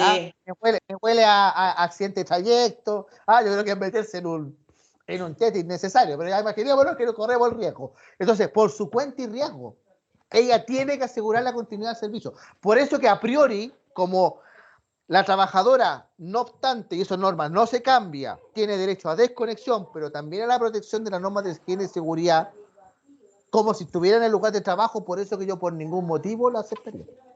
Ya, impecable. Disculpa, te hago una consulta respecto a esto mismo. Lo que pasa es que nosotros en pandemia tuvimos 100% teletrabajo y ¿cómo se llama? Dentro de ese 100% de teletrabajo hubo gente que se fue de la región metropolitana al sur a vivir. Y cuando volvimos al sistema híbrido, resulta que ellos ya no estaban viviendo en Santiago, en el domicilio que se había informado en el anexo de contrato de 100% de teletrabajo. ¿Ya? Bueno, ya pasó. Pasó. Pero en este caso, ¿qué se podría hacer? Ponte tú. Porque, claro, estaba especificado en el anexo que se iba a trabajar 100% teletrabajo, pero indicando la dirección del domicilio del colaborador. Sí. Y cuando se cambió al sistema híbrido, también se especificó que los días a la semana que se iban a venir a la oficina y los días que se iban a trabajar desde el hogar en tal dirección. Entonces, ahí nos llevamos la sorpresa cuando se cambió el sistema híbrido, que teníamos dos o tres trabajadores que se habían cambiado de región y no habían informado al empleador su cambio de domicilio. Interesante. Entonces, yo tengo una fórmula para eso, pero eso necesita una conversación con su prevencionista de riesgo. Yo tuve un caso así, parecido.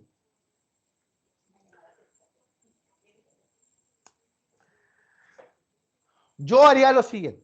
Esto no es una respuesta definitiva, pero porque le digo, depende también de una paletía. No es una paletía en verdad, en realidad no es una paletía, es una solicitud por escrito al prevencionista. Cuando yo organicé para una empresa el teletrabajo, organicé en sentido de esto, porque ahí había una dificultad, porque había sistema de turno, pero igual lo dejaron, entonces había todo un lío ahí. No los voy a latear con bueno, historia más o menos larga, pero el corolario de esa negociación, yo tenía un sindicato al frente, dice, mire, vamos a hacer lo siguiente. Como muy bien dice doña Claudia, hay que especificar, queridos trabajadores, el domicilio en el cual ustedes van a hacer 100% teletrabajo. ¿Por qué esto es importante? Porque es en ese domicilio donde tiene que ejercerse ¿qué?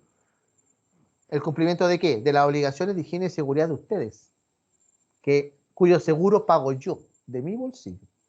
Ese es un fundamento jurídico de fondo. Es otra cosa que yo siempre enseño a mis queridos alumnos, ¿no? Cuando estamos hablando de leyes de esta complejidad, la mejor respuesta es la que tiene fundamentos de fondo, para que no aparezca que simplemente doña Claudia no autorizó porque no se le dio la gana. No, eso es un fundamento de fondo. ¿Sí? ¿Cómo yo puedo ejercer debidamente la fiscalización? En el domicilio conocido. ¿Por qué? Porque si yo, querido dirigente sindical, su trabajador sindicalizado se accidenta, ¿dónde va a ir la mutual? ¿A recoger a la ambulancia? Al domicilio conocido, no a Punta Arenas. Esto, y avanzo un segundo de fondo. El permiso de teletrabajo, si usted lo ve desde el punto de vista de la cobertura de accidentes de trabajo y enfermedad profesional, esto es seguridad social, esta es una cosa que yo hago clase en la universidad, me encanta. La seguridad social, en cuanto a la implementación, si usted lo ve tranquilamente, nuevamente se parece mucho a la ley de accidentes de trabajo. O sea, de hecho es la ley de accidentes de trabajo, en el punto de vista de la lógica.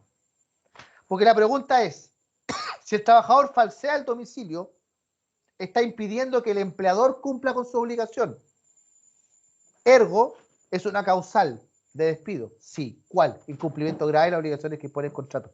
¿Por qué? Porque cuando el trabajador falsea el domicilio y ante un eventual riesgo de accidente deja al empleador sin la posibilidad de otorgarle la cobertura, el incumplimiento grave es de la propia trabajadora o trabajador. Y eso es el incumplimiento grave de las obligaciones que impone el contrato. Ahora, tú me dirás, yo le apuesto un almuerzo a doña Carla en el restaurante que quiera, a que este nivel de detalle no está en el reglamento interno. ¿Está? No. Me debe un almuerzo. ¿Dónde están ustedes? ¿En qué lugar de Chile? Yo acá en Las Condes. En Las Condes. Bueno, en Las Condes hay buenos restaurantes. Pero, no, fuera de broma. ¿Por qué no está este nivel de detalle? Vuelvo, gran conclusión de este tipo de curso. El gran error de la empresa es simplemente conformarse. Esto, por supuesto, después de todas estas cosas de 40 para adelante, ustedes ya claramente entendieron que esto ya no corre. Pero antes de 40 horas, ¿qué es lo que hacía el 90% de las empresas, sobre todo medianas para abajo? Copiar y pegar. Copiar y pegar el modelo de la dt.gov.cl, que es una cosa sumamente genérica, sin especificación. La firmaban, claro, la mandaban a la inspección. ¿Y por qué la inspección se la aprobaba? Porque era el modelo de ellos mismos. Y con eso creían que lo hacían de lujo, estaba listo. Cumplido el requisito, tenemos reglamento interno, y lo mandaban por el correo electrónico y listo, se acabó. No, a partir de 40 horas, Karin y todas estas normativas que son la especificación dentro de la especificación, claramente ustedes pueden concluir ya con bastante fundamento que el reglamento interno no solo tiene que parecerse al funcionamiento real de la empresa, sino tiene que prever todos este tipo de prohibiciones. Porque si usted redacta artículos de esta calidad de raciocinio intelectual, usted se está fabricando una causal de despido que está totalmente ajustada a derecho. Porque esto de falsear el domicilio y de donde, claro, ¿por qué no pasó nada? Porque gracias al cielo al trabajador no le pasó nada nomás. Tuvo suerte. Pero la norma de protección de la seguridad social, que ustedes consideran conmigo, ¿cuándo actúa la norma de seguridad social? Cuando el accidente ocurre, cuando la enfermedad ocurre, cuando el accidente de trayecto ocurre, ¿no?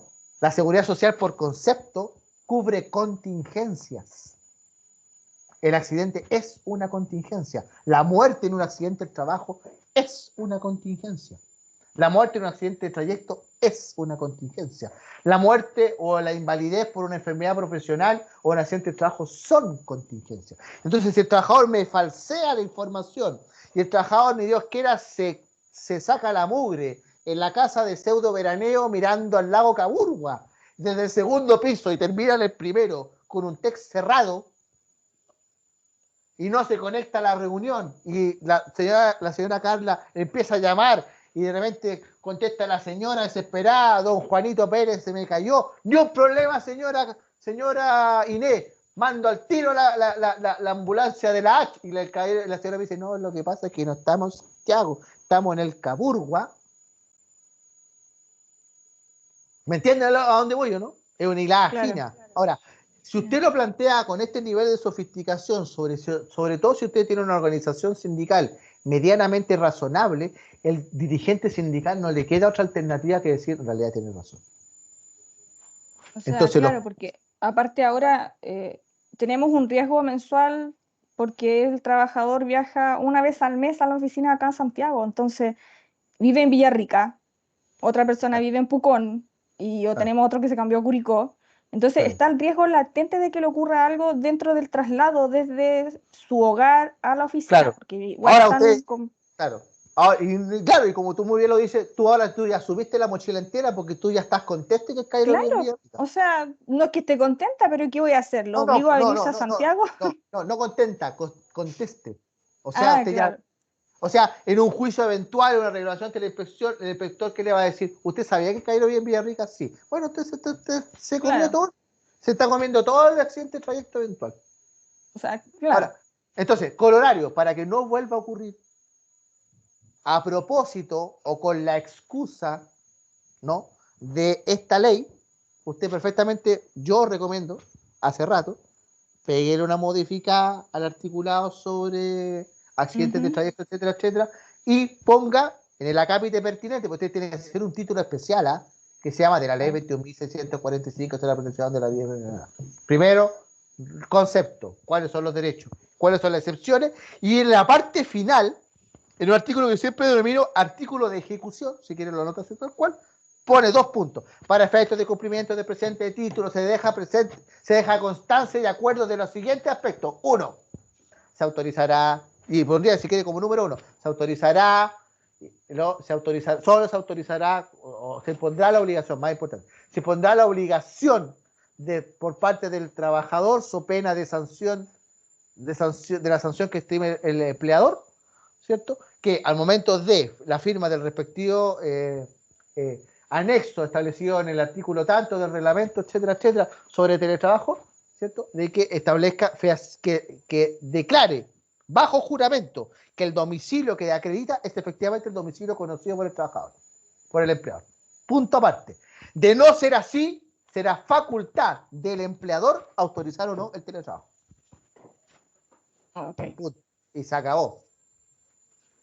No, sí, ahí yo creo que los trabajadores se pasaron como 3 pueblos. Es complicado. Es complicado. Ya, para ir terminando, porque nos quedan... ¿Cuántos minutos nos quedan, Pepe? En estricto rigor, 10 minutos. Ronnie, disculpa. Todo lo que usted quiera, dígame. Sebastián Jamet por acá. Sebastián, Mira, dígame. nosotros vamos a implementar teletrabajo. En el sistema de turno vamos a ofrecer alguna alternativa. Te quería preguntar cuáles son las recomendaciones, ya tengo varias anotadas, pero cuáles son las recomendaciones principales que tú podrías entregarnos para no caer en algunas faltas o para garantizar que la empresa está de buena forma comunicando y cumpliendo. Perfecto. Muy buena pregunta, gracias, Sebastián, perdón. Sebastián Jamet. A ver, primero. Lo primero que tienen que hacer, ojalá mañana, que hablen con el asesor que ustedes estimen pertinente. Y primero hagan la modificación al reglamento interno. Eso lo tienen que hacer. No porque lo diga yo, porque el articulado lo dice. Porque si el articulado alude directamente a la ley de accidentes de trabajo, ustedes saben que en el único instrumento interno de la empresa en que se regulan las obligaciones y los derechos derivados de la ley de accidentes de trabajo y enfermedades profesionales es en el reglamento interno. No hay otro. Que después tú hagas un anexo, es otra historia, pero la fuente está en el reglamento. Eso es lo primero. 2, y ahí vamos a las recomendaciones como hemos visto. Hagan, este es un ejemplo que yo acabo de dar, hagan una redacción lo más ceñida posible a la dinámica de la empresa. No hagan normas generales. Las normas generales para cumplir. Tú puedes establecer normas generales en los títulos preliminares del reglamento interno. Tú puedes establecer generalidades, las obligaciones, de los trabajadores en términos genéricos, eso se puede hacer. Pero en este tipo de modificaciones legales, y esto va para 40, para Karin, para protección de vida familiar, sobre todo estas tres reformas gruesas, grandes, tiene que ser con la suficiente especificidad para que no quede ninguna duda. Tercero, la redacción.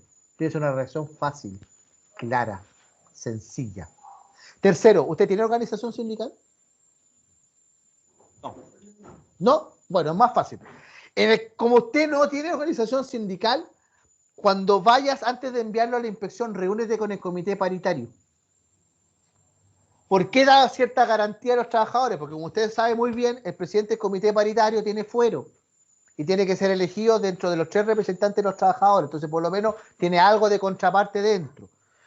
Y esa acta dice, mire, vamos a especificar, por ejemplo, esta excepción de que tiene que transparentarse el domicilio. Eso sí o sí. Eso háganlo. Porque en verdad lo que decía la señorita anterior tiene toda la razón. Si usted dice, ya, yo reconozco que el caballero vive en Villarrica y tiene que venir una vez al mes a Santiago, yo ya me comí entero la cobertura del accidente de trayecto eventual. No, ya no tengo nada que hacer. Ya no me puedo sacar ese muerto, pero si son 3 trabajadores es manejable. Pero si son 30, Sebastián, es complicado. Cuarto punto. En el caso específico de esta ley, hacer el catastro ya, ahora. El catastro de cuáles son las trabajadoras que eventualmente tendrían derecho a solicitarte teletrabajo.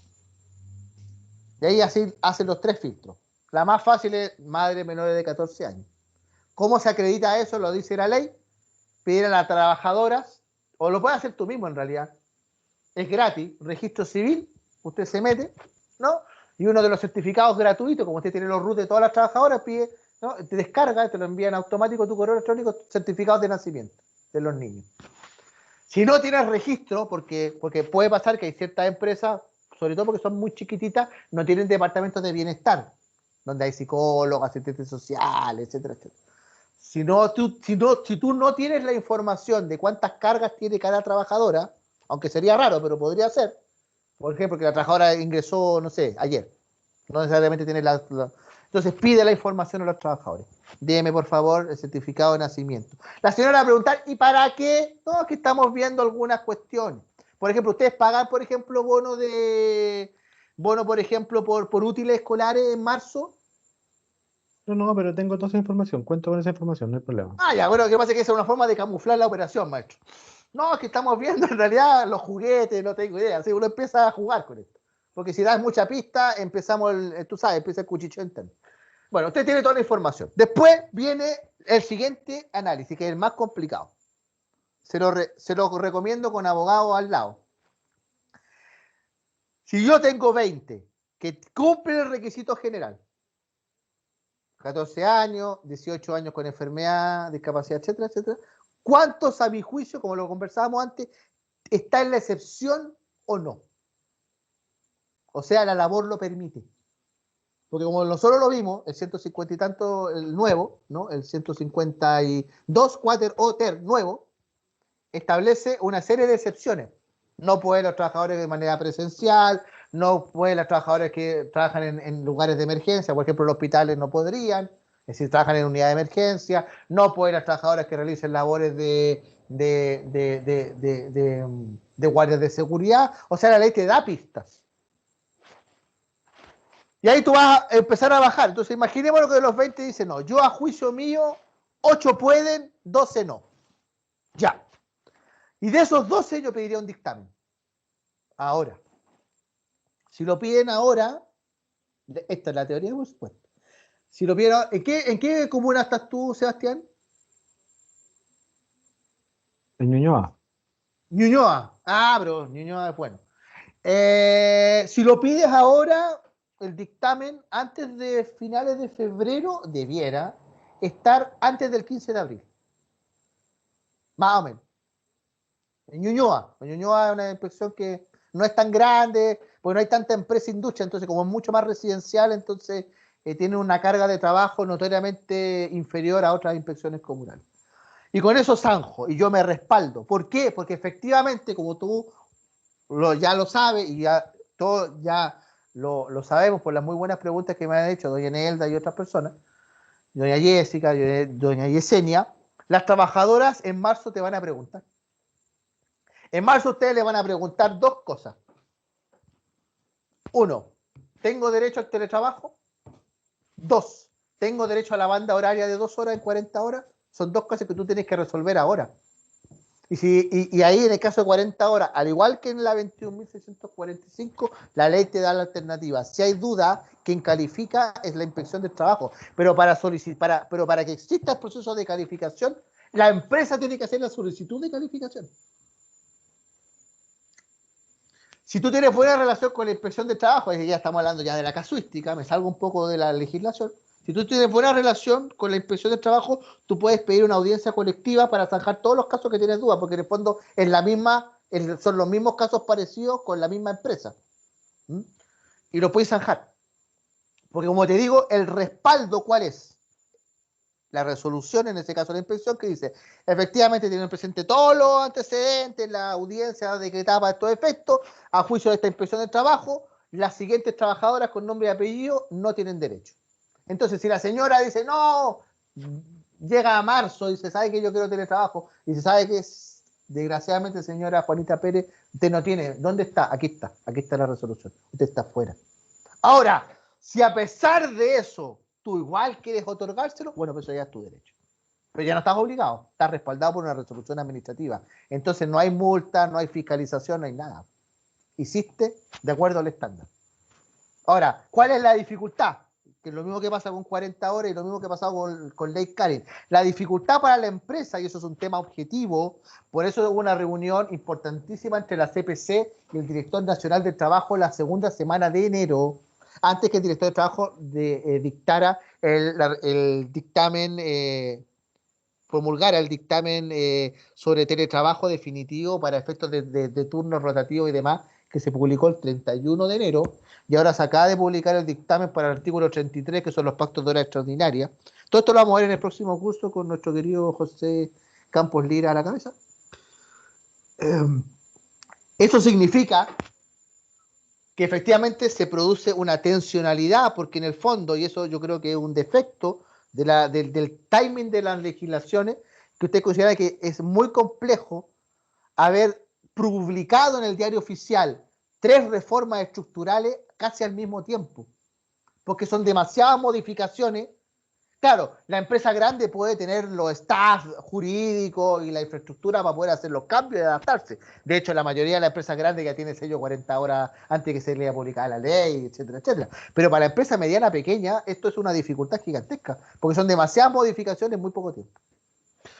Eso es lo que podría decir don Sebastián Jamel. Muchas gracias, Ronnie. Muchas gracias, muy amable. Me sirve mucho. Una consulta antes de que terminemos. Mi duda es, ¿el bono es obligación? Ya, yo el bono por teletrabajo. Te lo voy a plantear así. ¿Por qué usted paga el bono por teletrabajo? No, yo no quiero pagarlo. No. ¿Por qué lo tuvo que pagar? No, nunca lo he pagado. ¿Ah, nunca lo ha pagado? No, nunca lo he pagado. Lo que pasa es que nunca lo he pagado. Y han sido excepciones cuando he hecho algunos teletrabajos. Ah, bueno. Pero mi pregunta es, cuando estábamos en teletrabajo por pandemia, ¿sí? Y me imagino que debe haber tenido más de alguna trabajadora con guaguita menor de 2 años. O sea, que estaba en el derecho a la cuna. ¿Usted cómo lo hizo? No, ¿O no le tocó? Dimos, por ejemplo, dimos teletrabajo, pero así como esporádico. En alguna, no formal. Ya. Te entiendo. Y lo hemos hecho en algunos casos, pero sin bono. Perfecto. A ver, yo haría, insisto, hay 2 formas de solucionarlo. Una es pedir un dictamen. Lo mismo que le plantea a don Sebastián. Pídalo ahora. Ahora, si usted dice, pucho, pero por esa fórmula yo corro el riesgo de que la inspección de trabajo me diga, usted tiene que pagarlo, y usted no quiere pagarlo, bueno, en ese caso, respecto de aquellas trabajadoras que van a tener derecho al teletrabajo, y que usted, perdón, la última duda, Usted ya tiene trabajadora, me imagino, con niños menores de 2 años que usted le presta servicios de sala cuna. Ya, ¿qué sistema de sala cuna tiene usted? ¿Cómo cumple la obligación? Ahora estoy pagando bono de compensatorio. Bono compensatorio. Bueno, si estamos hablando, aquí entonces usted me está dando la misma respuesta. Si usted tiene trabajadoras hoy día que está pagando bono compensatorio y esa trabajadora tiene derecho a teletrabajo y usted se lo concede y el menor no tiene 2 años, usted tiene que seguir pagándole el bono. Pues ya es un derecho adquirido, está incorporado al patrimonio del trabajador. Ahora.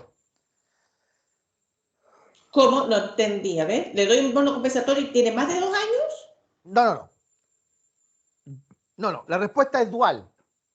Si usted hoy día, 22 de febrero de 2024, decide que la trabajadora Juanita Pérez, que tiene una niña de 1 año y medio, o sea, le faltan 6 meses para cumplir los 2 años, le va a otorgar teletrabajo, ¿sí? Sí. Y usted al momento de la realización de la fecha del teletrabajo, la niña no ha cumplido los 2 años, usted le tiene que seguir pagando el bono. Eso es de perogrullo. Exactamente, eso es de perogrullo. Ya. Sí, ya. Ahora, Okay. Ese es grupo 1. Grupo 2. Grupo 2. Trabajadora que... ahora está más fácil. Trabajadora que con fecha 30 de mayo, o sea, 2 meses antes del inicio, porque las vacaciones de invierno son en julio. 2 meses antes del inicio la notifica de que está embarazada. ¿Sí? Yeah. Por dictamen de la inspección, el 1122, el famosísimo dictamen, yo le recomendaría de que a ella le dé teletrabajo. Déselo. Salvo que excepcionalmente la labor que desempeña, por ejemplo, guardia de seguridad o atiende público permanente, no lo permita. Pero en términos generales, usted sabe que en periodo de... si hay un capítulo del Código del Trabajo que es especialmente protector, eso son las normas de protección a la maternidad. Ya, porque me presentan licencia constantemente. Exactamente. Entonces ahí tú tienes un manejo más fácil. Claro, porque si presenta licencia, la licencia la paga la Compine, entonces da lo mismo. Tercer grupo de mujeres. Trabajadoras que no tienen derechos a la cuna porque el niño tiene 4, tiene 5, tiene 8 años. Ahí estamos lo que yo le explicaba a don Sebastián. Usted tiene que hacer un análisis previo. ¿Cuáles tienen derecho? ¿Cuáles a su juicio no tienen derecho? Si tiene duda, pida la calificación. Si quiere un dictamen general de criterio para la empresa, hágalo ahora. ¿Por qué? Porque ¿cuál es el problema? Mi punto, ¿cuál es? Es lo mismo que yo hablaba del colapso que va a ocurrir, porque va a ocurrir un colapso el 26 de abril del 2024 cuando empiece el 40 horas al menos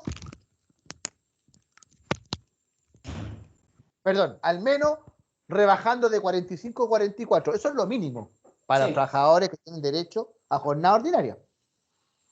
¿No? Y en ese curso, que lo vamos a hacer ahorita el 20 de marzo, creo que dice Pepe, de nuevo, porque ahora tenemos ya todos los dictámenes completos con reglamentación completa, los últimos 2, que no estaban en el curso del 16 de enero, usted tiene que ahí asumir una decisión.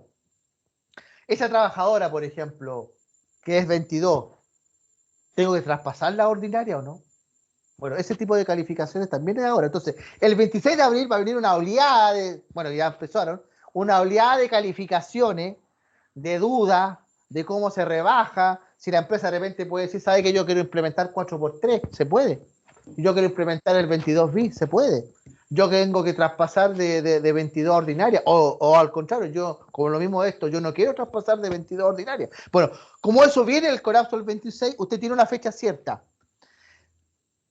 Al menos, tiene que tener claridad de que usted, para las vacaciones de invierno, o sea, en julio, tiene más tiempo que para 40, usted este tema lo tiene que tener zanjado.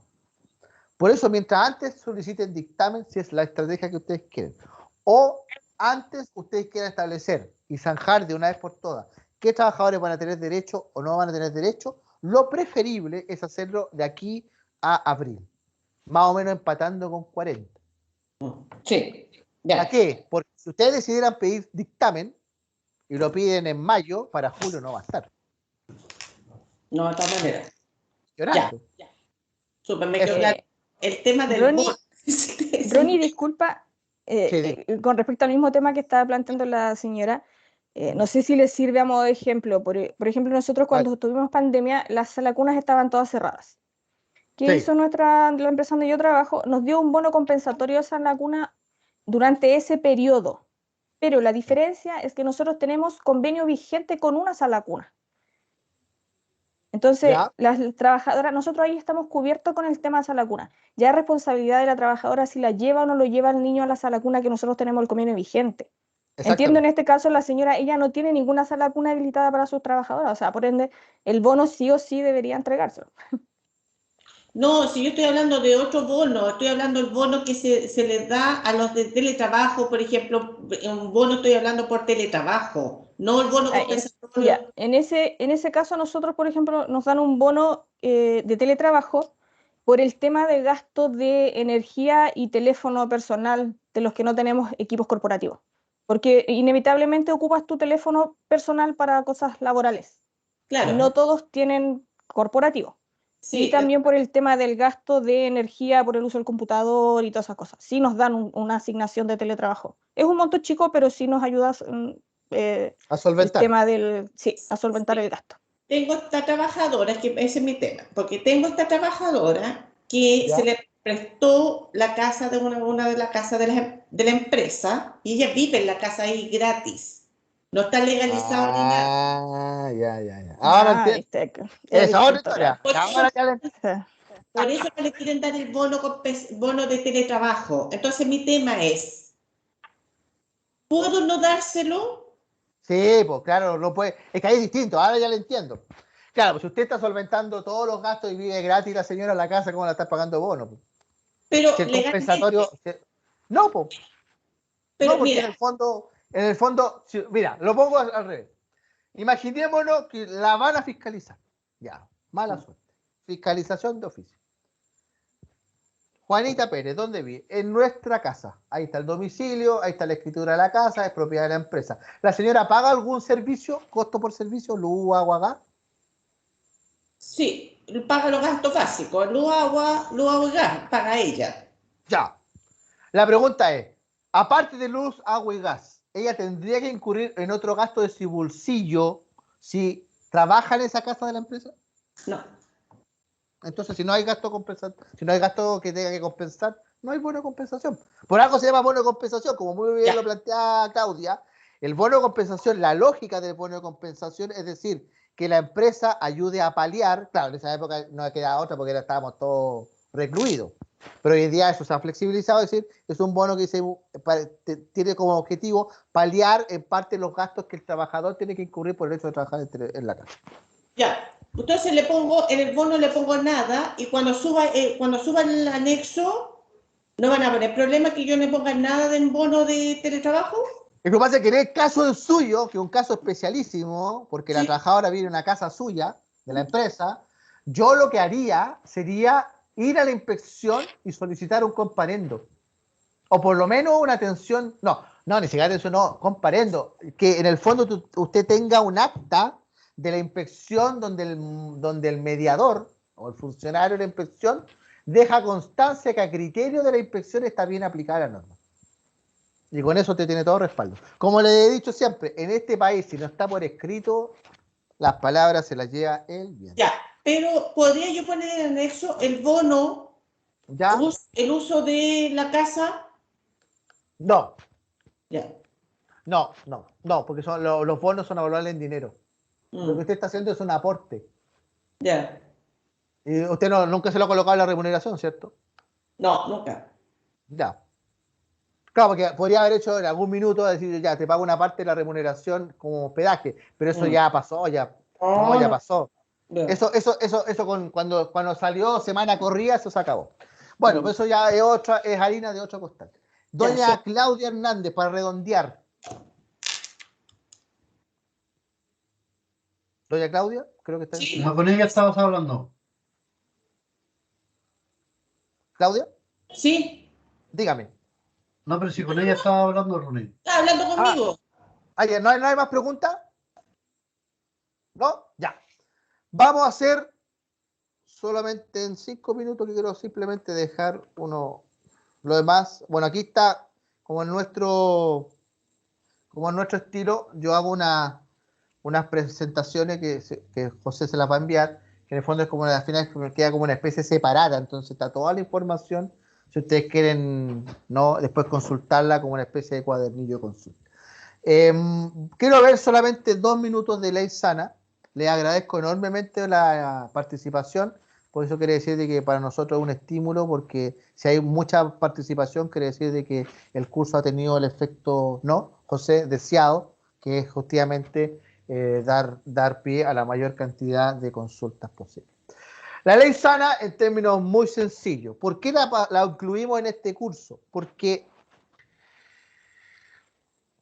la Ley Sana, que es anterior, tiene una modificación súper reciente, que es del 28 de septiembre de 2023, que es la Ley 21.614. La Ley Sana original es la Ley 21.063.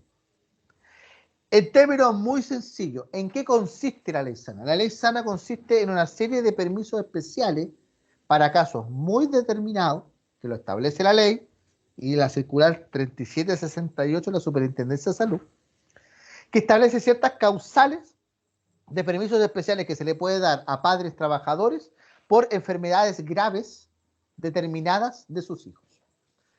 La 21.614 lo que hace en términos muy sencillos es ampliar la cobertura de la Ley Sana, es decir, incorpora más patologías. A contar del 28 de septiembre de 2023, a las contingencias del cáncer, trasplante de órganos sólidos y de progenitores hematopoyéticos y fase o estado terminal de la vida para los niños y niñas mayores de 1 año y menores de 18 años de edad, y el accidente grave con riesgo de muerte o de secuela funcional grave y permanente en niños y niñas mayores de 1 año y menores de 15 años de edad, se agrega una quinta contingencia. ¿Cuál? La enfermedad grave que requiere hospitalización en una unidad de cuidados intensivos o de tratamiento intermedio, tratándose de niños y niñas mayores de 1 año y menores de 5 años. O sea, se agrega una nueva enfermedad grave de hospitalización, pero con una salvedad. La regla general de Ley Sana para permisos especiales es de 1 año hasta 15. En este caso nuevo es de 1 año hasta 5 años que se puede otorgar el permiso. ¿Qué es lo que dice la circular 3768? Se regula la contingencia en los siguientes términos. Primero, niños y niñas mayores de 1 año y menores de 5 años para esta nueva patología. Sabemos que todo el resto de las que yo la leí, el permiso especial se puede otorgar niños de 1 año hasta 15. ¿Sí? Este caso excepcional es de 1 hasta 5. 2. La edad del niño y niña deberá ser validada con el respectivo certificado de nacimiento, la cédula nacional de identidad, si lo tuviere, o mediante la consulta en línea que efectúe la Comisión de Medicina Preventiva con PIN. 3. Para efectos de la emisión de la primera licencia médica por Ley Sana, el profesional médico deberá considerar que la edad del menor, en este caso de 1 a 5, corresponde a aquella que tenía el niño o niña a la data de la hospitalización, no del diagnóstico, que fue una norma, una casuística que precisamente tuvo que resolver ante muchas consultas de empresas, sobre todo mediante la circular 3768. ¿Qué implica la Ley Sana? A contar del 1 de noviembre de 2023, cada trabajador o trabajadora tiene un permiso de una duración de hasta 180 días por cada hijo o hija afectado por una condición grave de salud, que son las que yo ya leí, dentro de un periodo de 12 meses contados desde el inicio de la primera licencia médica. ¿Y qué es lo que hace la 21.614? Como les digo, amplió la ley original a los siguientes aspectos, que son el niño o niña que deberá ser ingresado a una unidad de cuidado intensivo de tratamiento intermedio de 1 a 5 años. 2. La respectiva unidad de donde se hospitaliza al menor de 1 a 5 años debe emitir un documento certificado que acredite que el niño o niña se encuentra hospitalizado y que tras ello está sujeto a un proceso de rehabilitación o de tratamiento en el domicilio. Con ese certificado, el trabajador o trabajadora puede solicitar ante el CONPIN. Obviamente el médico coloca, porque hoy en día a partir de la Ley Sana, a partir de noviembre de 2023, hay una nueva casilla específica en el documento de certificado de subsidio de incapacidad laboral o licencia médica, donde se especifica que el ingreso habilita para pedir específicamente el permiso de hasta 180 días por ley sana a los trabajadores, padre o madre, ahí es indistinto, para pedir el permiso. Duración del permiso, ¿cuánto dura? El permiso es hasta de 15 días corridos en relación al evento que lo generó cada niña o niño afectado por esta condición grave de salud. Por supuesto que sabemos que puede prorrogarse hasta 180 días dependiendo de la patología grave de las que ya hemos planteado. 2. Se computa con tal de la emisión de la primera licencia médica, de ahí parte el permiso que puede solicitar especialmente el trabajador por ley sana. 3. Son eventos distintos, los asociados a diferentes diagnósticos o bien que tratándose del mismo diagnóstico formen por parte de un cuadro clínico distinto y eso fundamenta de que el permiso se vaya expandiendo en su duración hasta los 180 días. Uso del permiso. En términos generales se otorga los primeros 15 días, en cualquier modalidad de jornada, completa o parcial. 2. Si se otorga por media jornada el permiso, el cómputo del permiso, los días otorgados equivalen a medio día. 3. Si la persona beneficiada tiene más de un empleador o que tenga la calidad de dependiente e independiente, el médico emisor debe extender 2 o más licencias médicas por igual periodo diagnóstico, adicionando en cada una al informe el complementario de la ley sana. ¿Cómo se controla el uso de la licencia? Cabe señalar que el uso, extensión y control de las licencias médicas sanas se regirá por las normas vigentes por la materia explícitamente de la ley 21.585, que es la ley anterior. Que otorga licencias médicas. El ámbito de la contingencia. En el caso del cáncer, se puede dar de 90 hasta 180 días. A contar del 1 de noviembre de 2023, cada trabajador o trabajadora tiene permiso con una duración de 180 días por cada hijo o hija afectada por esta condición grave de salud de un periodo de 12 meses contados desde el inicio de la licencia. Cabe indicar que el permiso puede ser usado por 2 periodos continuos respecto del mismo diagnóstico, en cuyo caso el primer año es hasta 180 días y el segundo año, si es que se prolongara o se fuera necesario nuevamente, una segunda licencia de hasta 90 días. ¿Qué estableció como norma transitoria la 21.614 que modifica, como les digo, el 28 de septiembre la ley sana? Los padres y madres tendrán derecho a usar el complemento de los días que les restan para alcanzar los 180 días que dispone la ley 21.614, a contar del 1 de noviembre de 2023 a través de la emisión de las respectivas licencias médicas, las que, en todo caso, solo podrán ser autorizadas en la medida que cumplan los requisitos y condicionales generales de las siguientes situaciones. 1. Padres y madres que a la fecha de la publicación de la ley 21.614, esto es, el 28 de septiembre de 2023, se encontraban haciendo uso del permiso y les quedan días disponibles para cumplir al menos hasta el 31 de octubre de 2023. 2. Padres o madres que a la fecha de la publicación de la ley 20.614 se encontraban haciendo uso del permiso y cuyos días se terminaban antes del 31 de octubre de 2023. Y 3.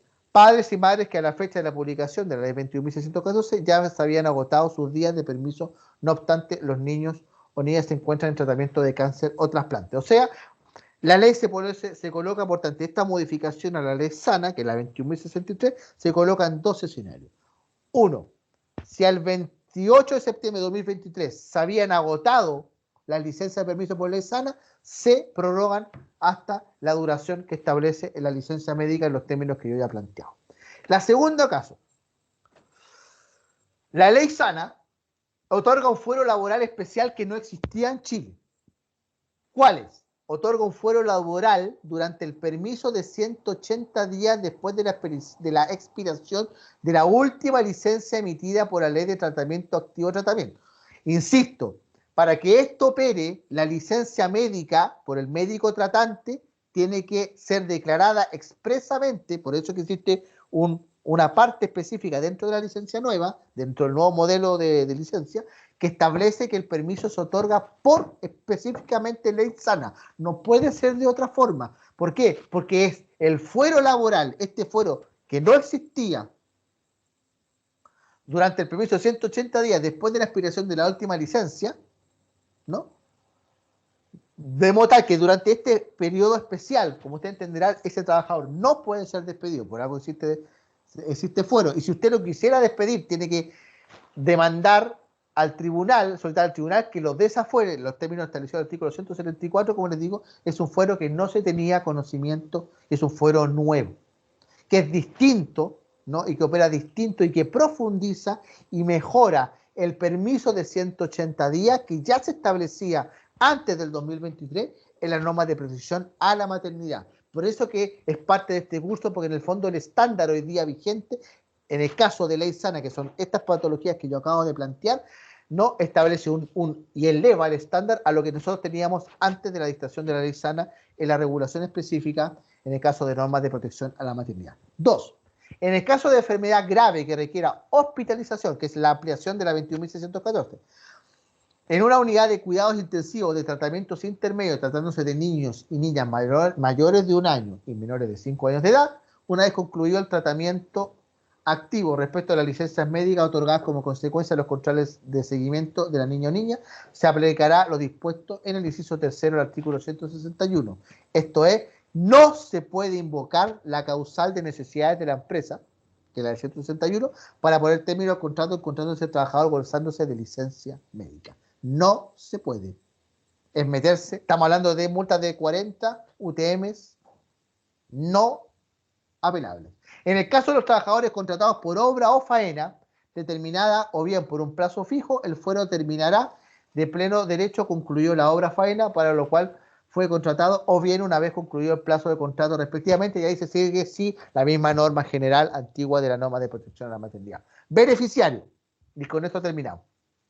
Las personas beneficiarias del permiso otorgado con motivo de las contingencias de cáncer, trasplante de órganos sólidos y de progenitores hematopoyéticos, o sea, enfermedad de la sangre, y fase o estado terminal de la vida, puede ser leucemia, por ejemplo, para los niños y niñas mayores de 1 año y menores de 18 años de edad, y el accidente grave con riesgo de muerte o de secuela funcional grave y permanente en niños y niñas mayores de 1 año y menores de 15 años de edad. Esos son los beneficiarios.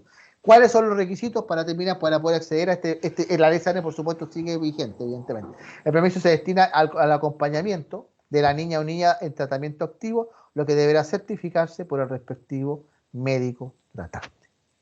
Con esto, José, yo doy por concluido el curso. Disculpen que nos pasamos unos minutitos, pero ha sido muy buena la charla, muy constructiva. Doña Ana Cristina González. Doña Ana. No hay más preguntas. ¿No? No, son las manos que estaban anteriormente. No, bueno, ya. También, pues yo por mi parte, darte las gracias a ti, darle las gracias a todos, ¿cierto? Por su participación. Don Ronnie. Sí, dígame. Don José, ¿me permite un ratito? Que no había abierto mi micrófono. Ya. Don Ronnie, mi consulta es, ¿las licencias médicas son indistintas para la mamá y el papá en el mismo tiempo? ¿A qué se refiere? ¿A esta ley sana para el permiso para los papás y mamás? Sí, sí, salvo que por decisión escrita de los padres, y volvemos a la misma regla general, salvo que por decisión escrita de los padres, que es lo que se ha hecho hasta ahora, que lo hace la trabajadora, solo la trabajadora se haga cargo del cuidado del menor por la licencia médica por ley sana. Eso es lo que se ha visto hasta ahora, que en realidad es más o menos la tendencia en cada norma que permite la elección de la trabajadora, siempre es la trabajadora la que asume el beneficio. Pero puede efectivamente otorgárselo indistintamente al padre o a la madre a elección de la madre.